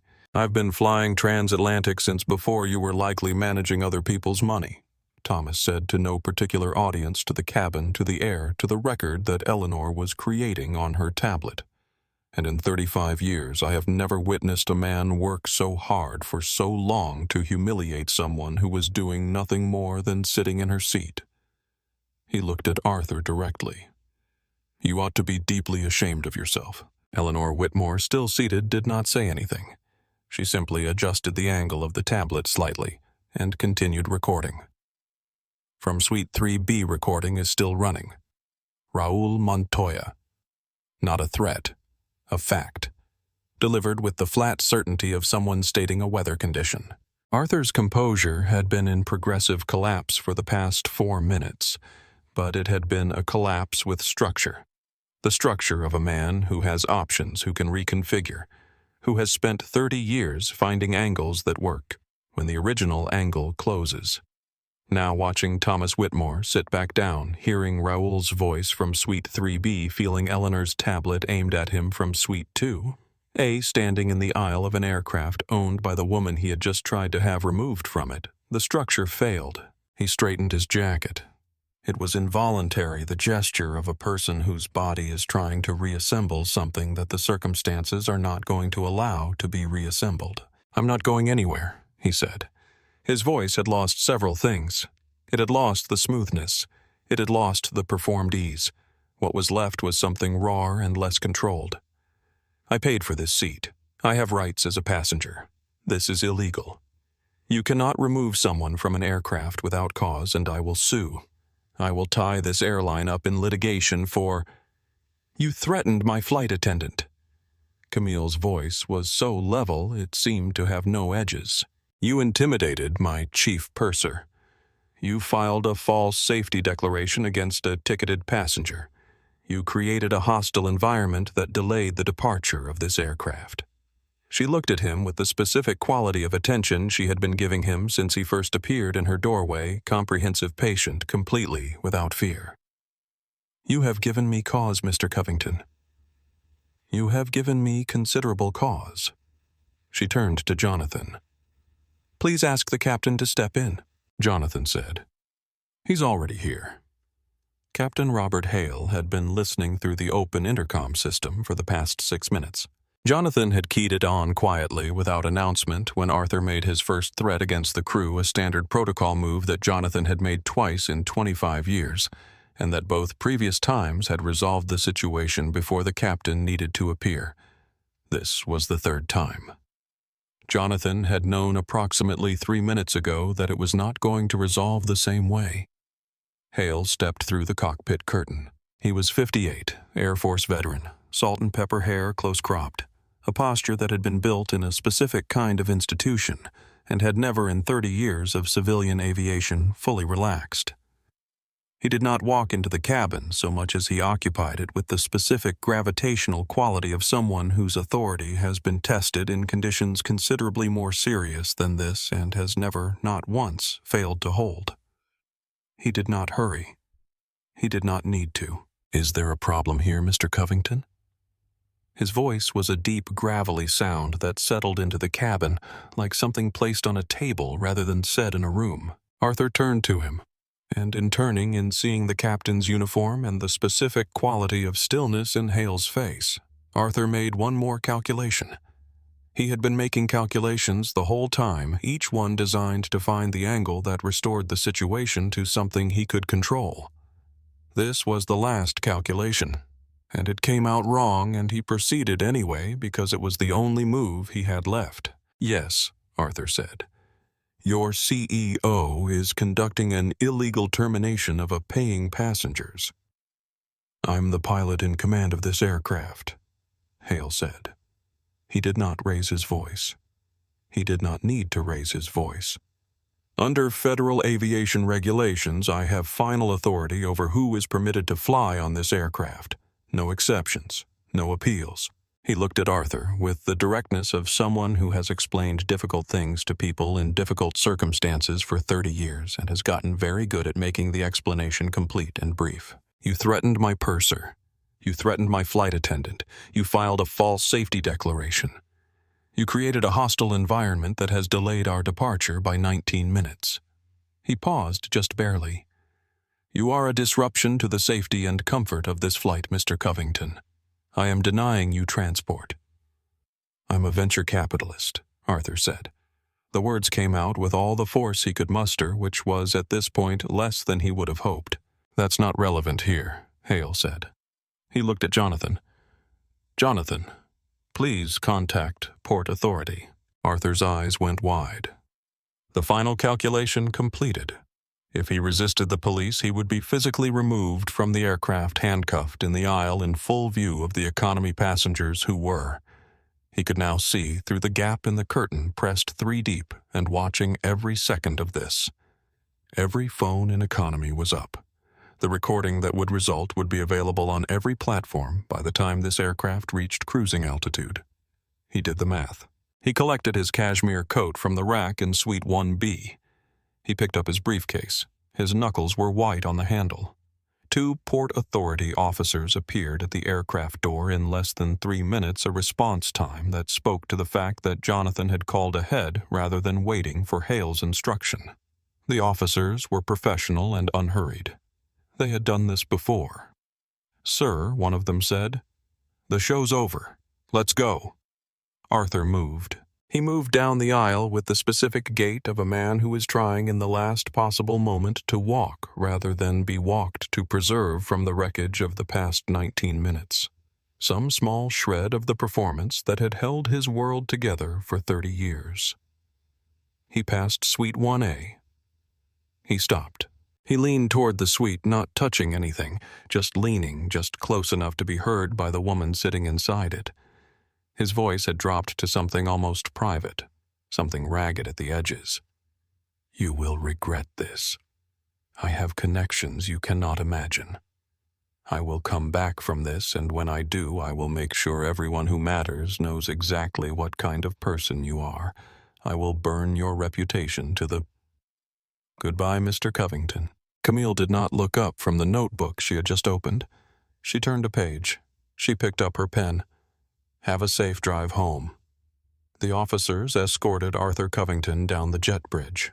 The cabin door closed. The sound it made was clean and complete and final. The sound of a latch finding its seat, of a seal closing properly, of something being decided. In Suite 3B, Raul Montoya stopped his recording. He set his phone face down on the armrest. He opened his laptop. In Suite 2, Eleanor Whitmore stopped her tablet. She looked at it for a moment. Then she looked at Thomas. Thomas nodded once. In the galley station, Chloe made one final entry in the log. Then she set the tablet down on the counter and stood very still for approximately 4 seconds. Then she took a slow breath. Her hands were steady. In the aisle of the first-class cabin, Jonathan Marsh stood with his hands clasped, looking at the closed aircraft door.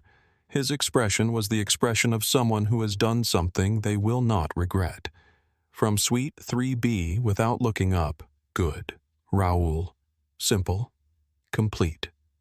The words sat in the cabin for a moment. Then, from Suite 2, a Thomas Whitmore began to clap. It was not an ovation. It was 3 claps, slow and deliberate, the way someone claps when they are acknowledging something real, rather than performing approval. Eleanor joined him. 2 claps. Then Raoul, a single clap, one hand against his palm, placed in the air like a period at the end of a sentence. It lasted 5 seconds. It was enough. Chloe appeared at the entrance to Suite 1A. She was carrying a small tray, a glass of sparkling water with a slice of cucumber, a warm towel folded in a neat square. Her uniform was still perfectly pressed. Her posture was still the posture of a Lumina flight attendant on duty. But her eyes were doing something that eyes do after the adrenaline of a very difficult thing has passed through the body and left it quieter than before. "Miss Rhodes." She stopped, corrected herself. "Camille, I didn't know who you were. I'm so sorry. I should have—" "Stop." Camille said it gently. She took the sparkling water from the tray. "You did exactly what you were supposed to do. You verified the boarding pass. You stayed professional under significant pressure. You called for backup. You kept the log." She looked at Chloe directly. "That is what I built this airline to look like." Chloe nodded.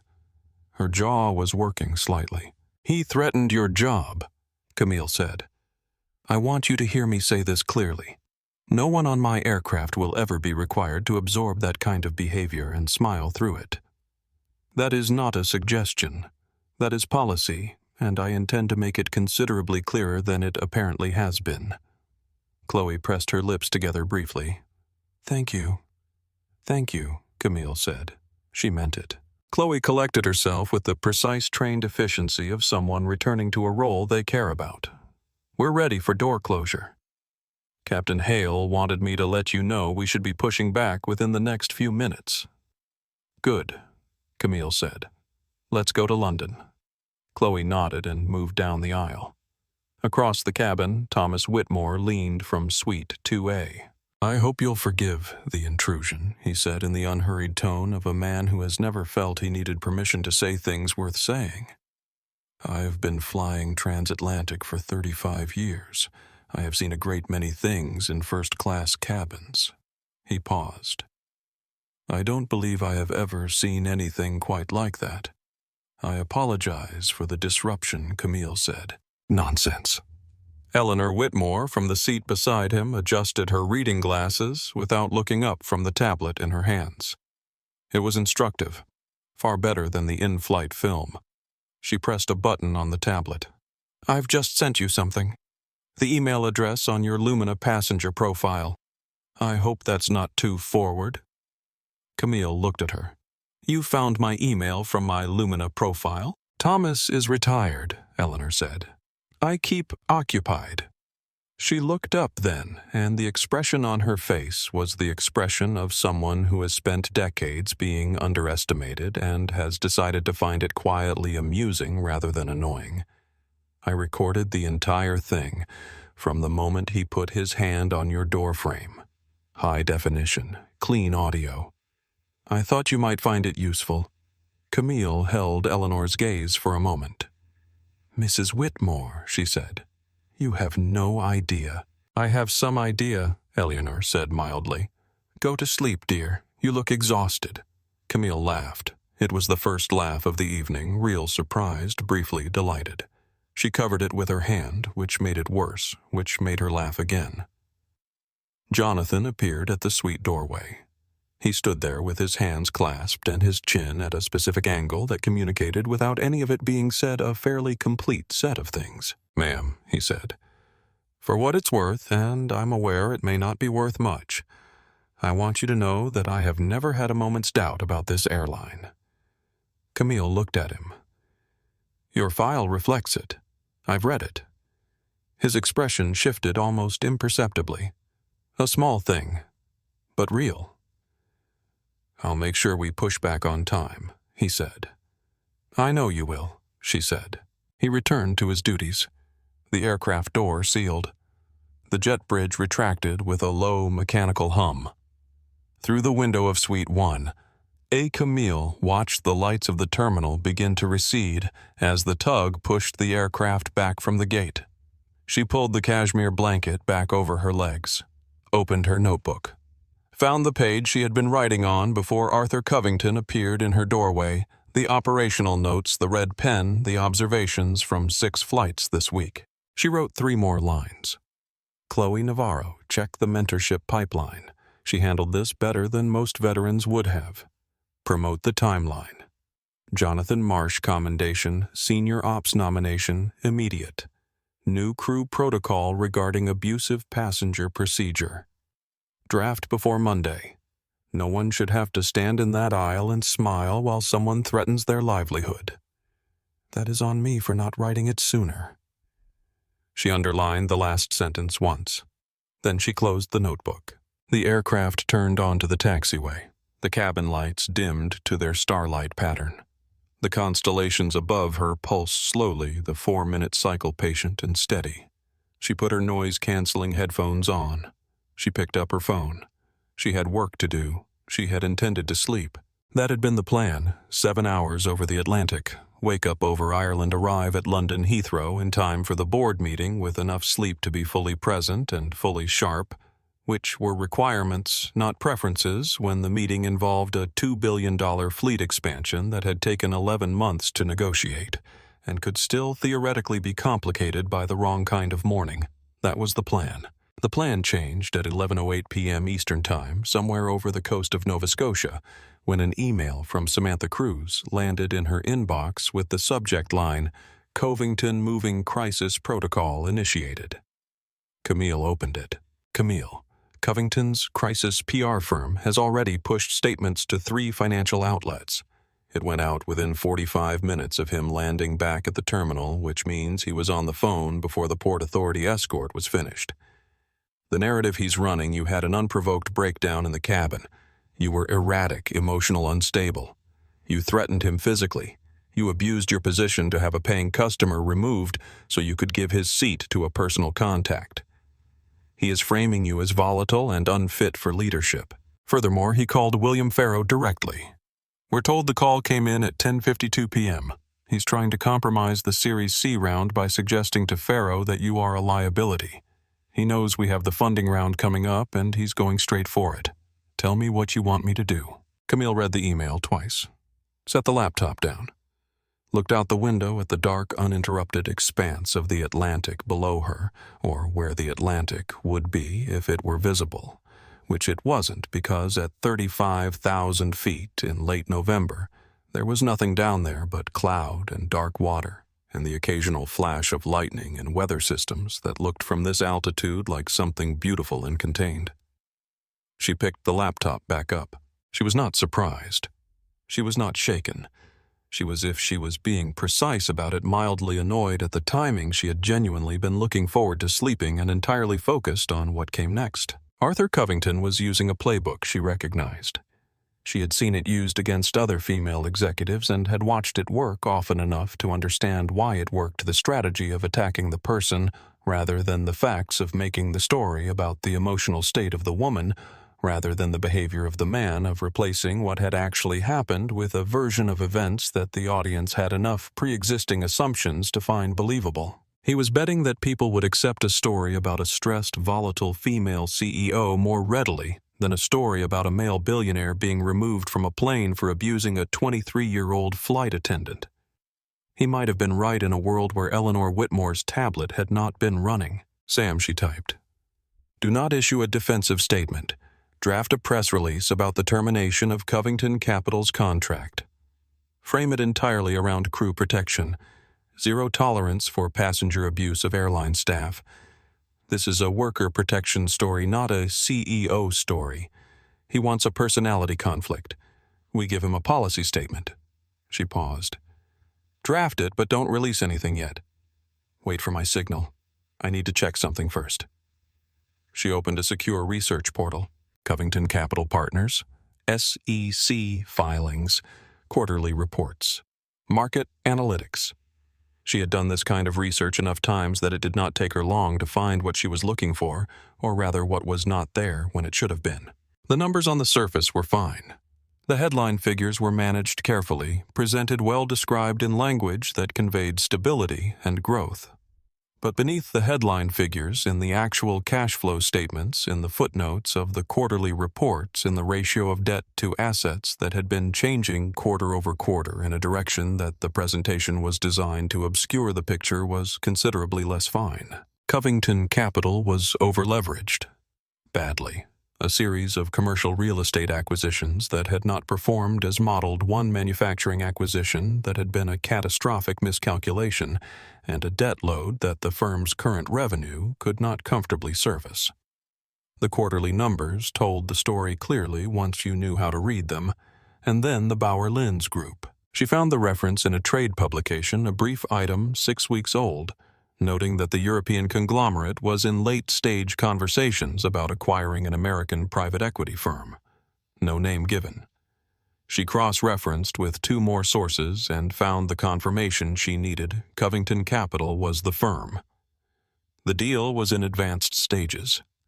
The Bauer-Linz Group based acquisition decisions heavily on prestige, exclusivity, and the quality of corporate partnerships. She found the Covington Capital investor presentation on a third-party data platform, a leaked version improperly secured uploaded 6 weeks ago by someone who had not understood the implications. She opened it. The Lumina Airlines Diamond Tier contract was on the 4th slide. It was highlighted. It was described as a cornerstone of Covington Capital's exclusive positioning. The presentation had been using it as evidence to the Bauer-Linz Group, to everyone, that Covington Capital operated at the highest tier of the corporate world. $2.2 million annually. That was not a travel budget. That was a foundational piece of the story Arthur Covington had been telling about his company for 6 months. It was the thing he needed on that slide. Without it, the slide changed. Without the slide, the story changed. Without the story, the deal with the Bauer-Linz Group, the lifeline that was keeping Covington Capital alive, changed. She had not known this when she canceled the contract. She had canceled it because a man had threatened Chloe's job and called her a charity upgrade and tried to have her removed from her own aircraft. But the consequence of canceling it was considerably larger than she had understood. "Checkmate," she said quietly to the dark Atlantic, 35,000 feet below. She drafted 1 more email, careful, precise 3 paragraphs to William Farrow. "William, I understand Arthur Covington called you this evening. Before you consider anything he told you, please watch the attached file. It is unedited footage of the incident on Flight 808 taken by a passenger. Additionally, my preliminary analysis of Covington Capital Partners' public financials suggests the firm is in considerable distress. The Lumina contract he threatened to revoke was not for his company a travel budget. It was a central piece of his acquisition pitch to the Bauer-Linz Group. His behavior tonight was the behavior of a man who is running out of options, not a man in a position of strength. I would strongly advise Croft Capital against any pending negotiations with Covington Capital. He is not what he appears to be. The video will make that clear. She attached Eleanor's video file, the full recording unedited. She pressed send. She closed the laptop. Through the window, the coast of Ireland was still 3 hours away. The cabin was quiet. The constellations on the ceiling completed their 4-minute cycle and began again. Camille sat with her hands folded in her lap for a moment. Then she opened Eleanor's video one more time on her phone. She watched it from the beginning. Arthur's voice. Arthur's hand on the doorframe. Arthur's finger pointing at Chloe. She watched herself sitting still. She watched Chloe's hands. She watched Jonathan's jaw. She watched the moment Arthur was escorted down the aisle by 2 Port Authority officers, while the economy passengers watched through the gap in the curtain. She watched it once. Then she put her phone down. She updated Sam's email with a 1-line addendum, new plan. 10 minutes before our statement goes live, leak the video to 3 aviation journalists and 2 financial accountability accounts. Let them see it before Arthur's version has time to breathe. She sent it. Then she put her headphones on, closed her eyes, and slept for 6 hours and 40 minutes, which was not the 7 she had planned, but was given the circumstances enough. The video was 1 minute and 47 seconds long. Eleanor Whitmore had started recording from the moment Arthur's hand slapped the doorframe of Suite 1A. That sound, that specific hollow knock of knuckles on mahogany, had been the thing that told her, with the certainty of someone who had spent 40 years learning to read the moment when things turned, that this was no longer just an unpleasant interaction. This was something that needed a record. The angle was good. The tablet had been resting on the armrest of Suite 2, A-angled toward the aisle with the slight upward tilt that a resting tablet naturally assumes, which turned out to be nearly ideal. It captured Arthur's face clearly, his body language, his hands. It captured Chloe's hands pressed together at her waist. It captured Jonathan steady in the aisle. It captured the moment Camille stood up the shift in the quality of the space around her, the particular stillness that replaced the exhausted stillness of before. It captured Arthur saying charity upgrade in a sweatshirt. It captured the phone call. It captured the specific progression of Arthur's face as David Reeves's voice came through the speaker. The confusion, the recognition, the specific quality of a man understanding that the ground he has been standing on does not exist. It captured Arthur being escorted by the Port Authority. It captured goodbye, Mr. Covington. Have a safe drive home. The audio was clean. The whole thing was, Eleanor reflected when she reviewed it at 35,000 feet, while Thomas slept beside her, rather well made for something that had been created entirely by accident on a Tuesday evening. She sent it to Camille's email via the address on the Lumina passenger profile, and then she watched the first 2 minutes of the in-flight film and fell asleep before it found its narrative footing. At 5:47 a.m. London time, the video appeared on a small but well-regarded aviation industry blog under the headline, CEO removed from his own airline's first-class cabin full footage. At 5:52, it appeared on a Wall Street accountability account with 340,000 followers. At 5:57, it appeared on the main feed of a financial news aggregator. At 6 a.m. exactly, Samantha Cruz issued Lumina Airlines' official statement. Lumina Airlines today confirms the termination of its corporate agreement with Covington Capital Partners effective November 19th. This decision follows an incident aboard Lumina Airlines Flight 808, in which a Covington Capital Partners executive engaged in sustained verbal intimidation of Lumina crew members, filed a false safety declaration, and created a hostile environment that disrupted the safety and comfort of the flight. Lumina Airlines operates a zero-tolerance policy regarding the abuse of its crew. We stand unconditionally behind our staff. No further comment will be issued on this matter. By 6:15 a.m., the video had been shared 40,000 times. By 6:30, it was trending on 5 platforms simultaneously. By 7 a.m., when Arthur Covington's alarm went off in his Upper East Side penthouse, it had been viewed 18 million times, and the number was accelerating. The comments were a specific and comprehensive kind of public verdict. The way she never once raised her voice, not once. The whole time. He threatened a 23-year-old for doing her job. On the plane, the woman in the hoodie owns, "Goodbye, Mr. Covington. Have a safe drive home. I need to learn to speak like this." The tablet recording from Suite 2A. Eleanor Whitmore, "You absolute legend."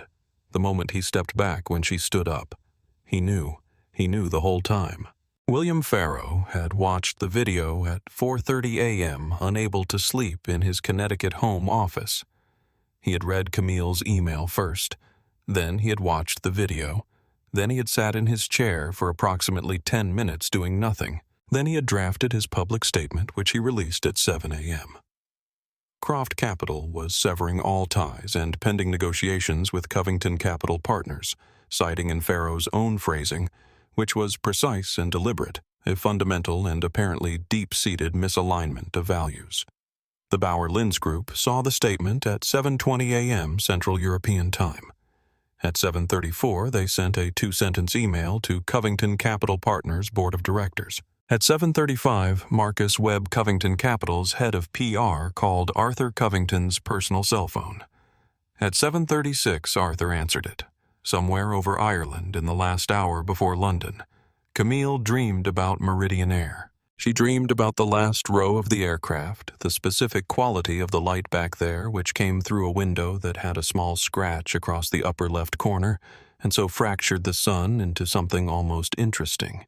She dreamed about the overhead light that didn't work, the seat that wouldn't recline the flight attendant with the exhausted eyes who had been on her 4th flight of the day and who moved through the cabin with the particular body language of someone who has stopped expecting anything to be different. She had been 25.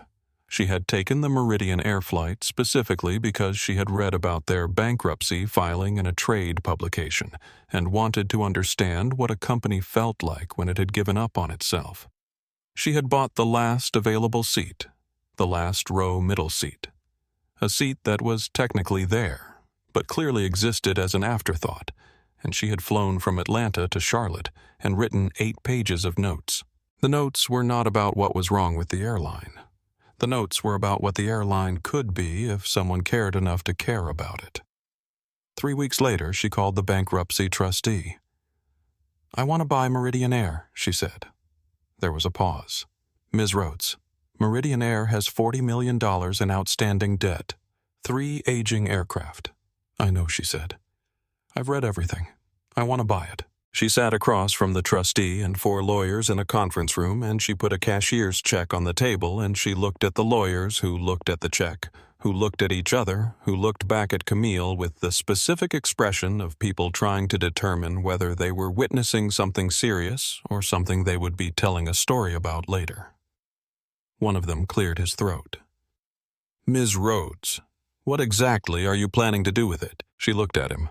Fly people the way they actually deserve to be flown. She got the airline. The first thing she did was pay the workforce.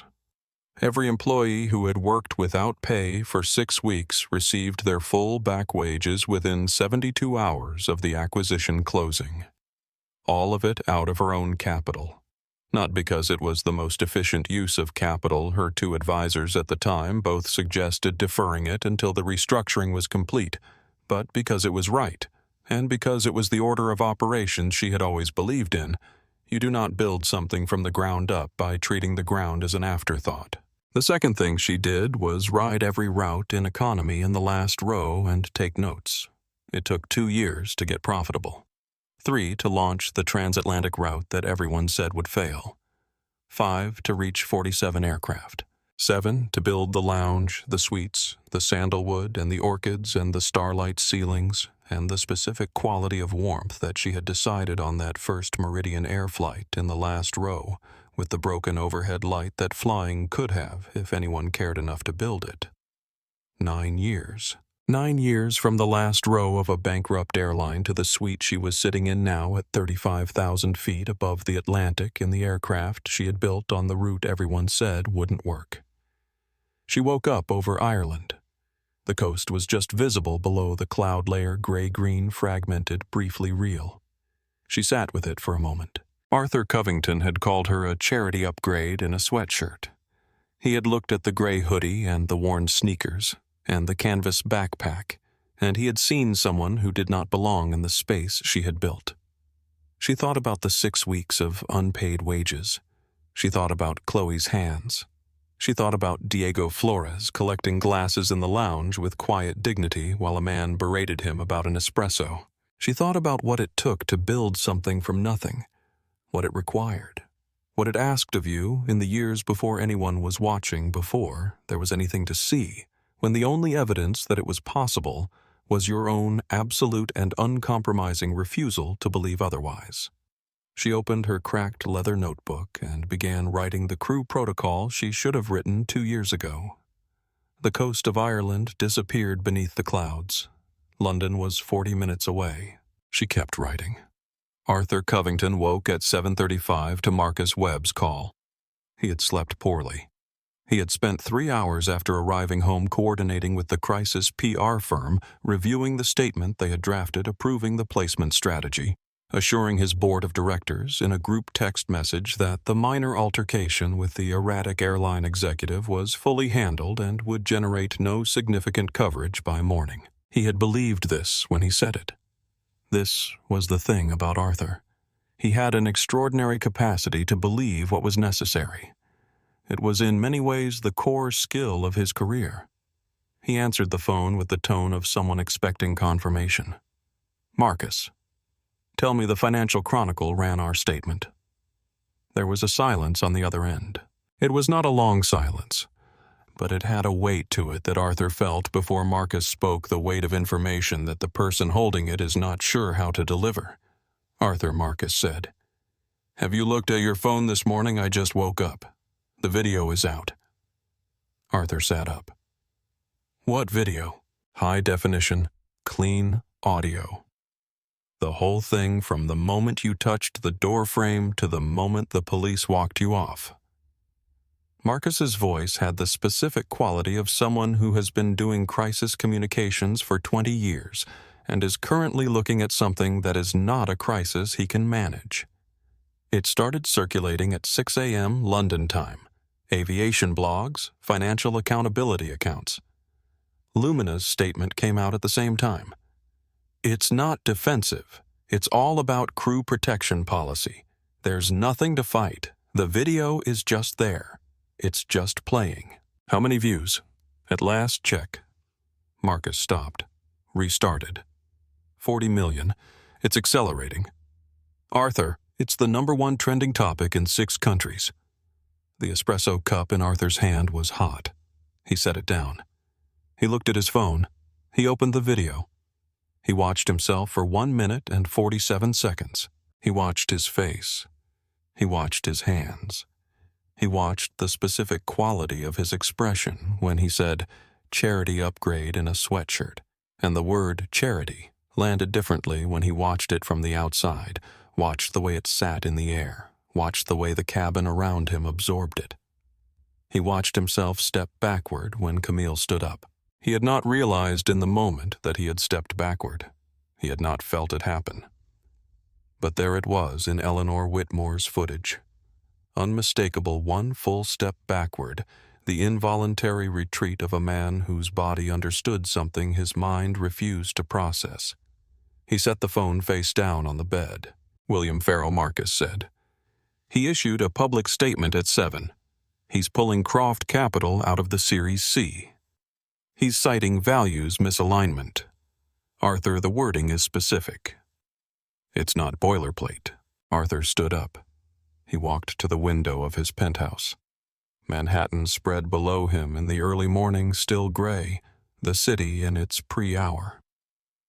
Before it fully woke, the city he had moved through for 30 years, like it belonged to him because it had, or he had believed it had, which had always amounted to the same thing. The Bauer-Linz Group, he said. He said it the way you say a name when you already know the answer. Their CEO sent a 2-sentence email to our board at 7:34. Marcus's voice was flat.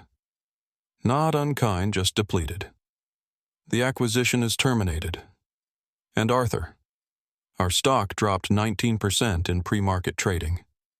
The board called an emergency session for noon. Arthur stood at the window. They can't remove me, he said.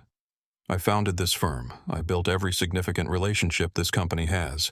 I have 30 years of... You just lost them the Bauer-Linz acquisition, Marcus said. You lost them the Croft Capital relationship. You're on video threatening a 23-year-old flight attendant's job. He stopped. Arthur, I have to tell you something. What?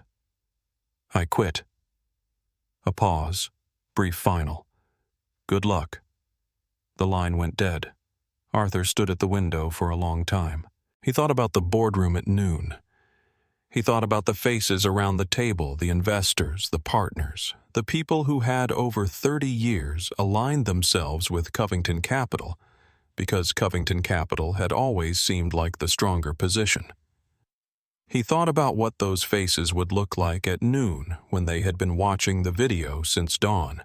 He thought about the Bauer-Linz Group and the fourth slide of the presentation and the Lumina Airlines Diamond Tier contract highlighted in the Key Partnerships section, and the fact that the slide now described something that did not exist. He thought for the first time in a long time about what it felt like to have been wrong. Not wrong about a deal, or wrong about a market, or wrong about a restructuring strategy. Wrong about a person. Wrong about the shape of the world. Wrong in the specific way that happens when you have spent so long performing certainty that you have lost the ability to distinguish between the performance and the thing itself. He had looked at a woman in a gray hoodie and made a decision. He had been making that kind of decision his entire career. Quick, confident, based on surfaces, based on the visible markers of who belonged where and who could be dismissed without consequence. He had never been wrong before. Or rather, he had been wrong before, but never in a room full of cameras, never in a space owned by the person he was wrong about, never in a way that played on 40 million screens before he woke up. He walked to the emergency board session at noon in his best suit. He wore his Patek Philippe watch. His silver hair was perfectly combed. He did not walk out with his title. He walked out of the building where Covington Capital Partners had been headquartered for 19 years, and stood on the sidewalk in the November cold and realized with a clarity that he had been successfully avoiding for a very long time that the performance was over. The city moved around him. Taxis, pedestrians, the specific noise of Manhattan that had always felt like the sound of the world confirming his place at the center of it. It still sounded the same. He simply was not at the center of it anymore. He had picked a fight with the wrong woman, not because she was powerful, though she was. Not because she was famous, though she would be, but because she was right. She had been sitting in the seat she had booked in the aircraft she had built, asking only to be treated the way any other person in that seat would be treated. He had decided she didn't deserve that, and everyone had watched him decide it. He stood on the sidewalk in the November cold for a long moment. Then he hailed a cab. He had never once in his adult life hailed a cab on the street. He had always had a driver. The cab stopped. He got in. Where to? The driver said. Arthur Covington looked out the window at the city he had believed was his. For the first time in 30 years, he had no immediate answer. Arthur Covington was formally removed as CEO of Covington Capital Partners by unanimous board vote at 12:47 p.m. on a Wednesday in November. The Bauer-Linz acquisition was dead. The firm entered restructuring proceedings 6 weeks later. His lawsuit against Lumina Airlines was reviewed by a judge who had already watched the video 3 times and was dismissed before it reached the discovery phase. By the end of the month, the video had 80 million views, and the comment that appeared most frequently beneath it across every platform in dozens of languages was some version of the same sentence, the way she never raised her voice. Chloe Navarro received a $10,000 bonus and a personal handwritten letter. Jonathan Marsh received a commendation and a promotion.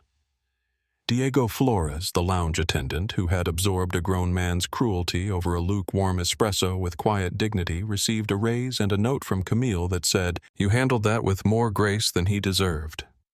"Thank you. That's what this airline is supposed to feel like." Camille did not give a single interview about the night on Flight 808. She landed in London, attended her board meeting, got the fleet expansion approved, and went back to work. The one change she made publicly was a new Lumina Airlines crew protection policy issued company-wide the following Monday. Any staff member who reported, resisted, or documented abusive passenger behavior would receive the airline's unconditional written support before any review process concluded. No exceptions, no case-by-case evaluations, no waiting to see how the story developed. The policy was retroactive. Any crew member who had faced abuse in the past 18 months and had not received adequate support was invited to come forward. 31 people did. Camille read every one of their accounts herself. Some things she believed the CEO needed to read personally. She had not written the policy sooner because she had not understood how urgently it was needed. She understood now. Arthur Covington had given her the deadline, which was perhaps the only useful thing he had ever contributed to her airline. 1 month later, Camille walked through Terminal 4 at JFK on a clear December morning. Same gray hoodie, same canvas backpack, same white sneakers with the scuff on the left toe. She stopped for a moment near Gate B12 and watched Beatrice Flynn work the boarding line with her usual patient warmth, greeting passengers by name when she knew them, making the ones she didn't know feel like she did. She passed through the frosted glass doors into the first-class sanctuary and found Diego Flores arranging fresh orchids on the side tables with the careful attention of someone who takes small things seriously, which was exactly what the job required, and exactly why it mattered. She sat down in the deep corner armchair, her armchair the one she always chose, and opened her cracked leather notebook and began writing the next set of observations from this week's ghost flights. Nobody recognized her. Nobody needed to. She had built something real, and the thing about real things was that they did not require constant announcement. They simply continued quietly and steadily doing what they were designed to do. Power does not announce itself. It simply does the work. It trusts the work to speak. It walks through the frosted glass doors of the thing it built, sits down in the corner, and opens a notebook. And the world it created carries on around it, warm and alive and exactly as it was meant to be, one flight at a time. If this story reminded you that dignity is never a dress code, hit that like button right now. Share this video with someone who needs to hear it today, because stories like this one deserve to reach as many people as possible. And if you are not subscribed yet, subscribe right now and ring that notification bell so you never miss another story like this one. We have more coming, and you do not want to be the last to know. Drop a comment below and tell me what was the moment in this story that stayed with you the longest. Was it the phone call? The way she never raised her voice, or something else entirely? I read every single comment, and I would love to hear from you. Thank you for watching. We will see you in the next one.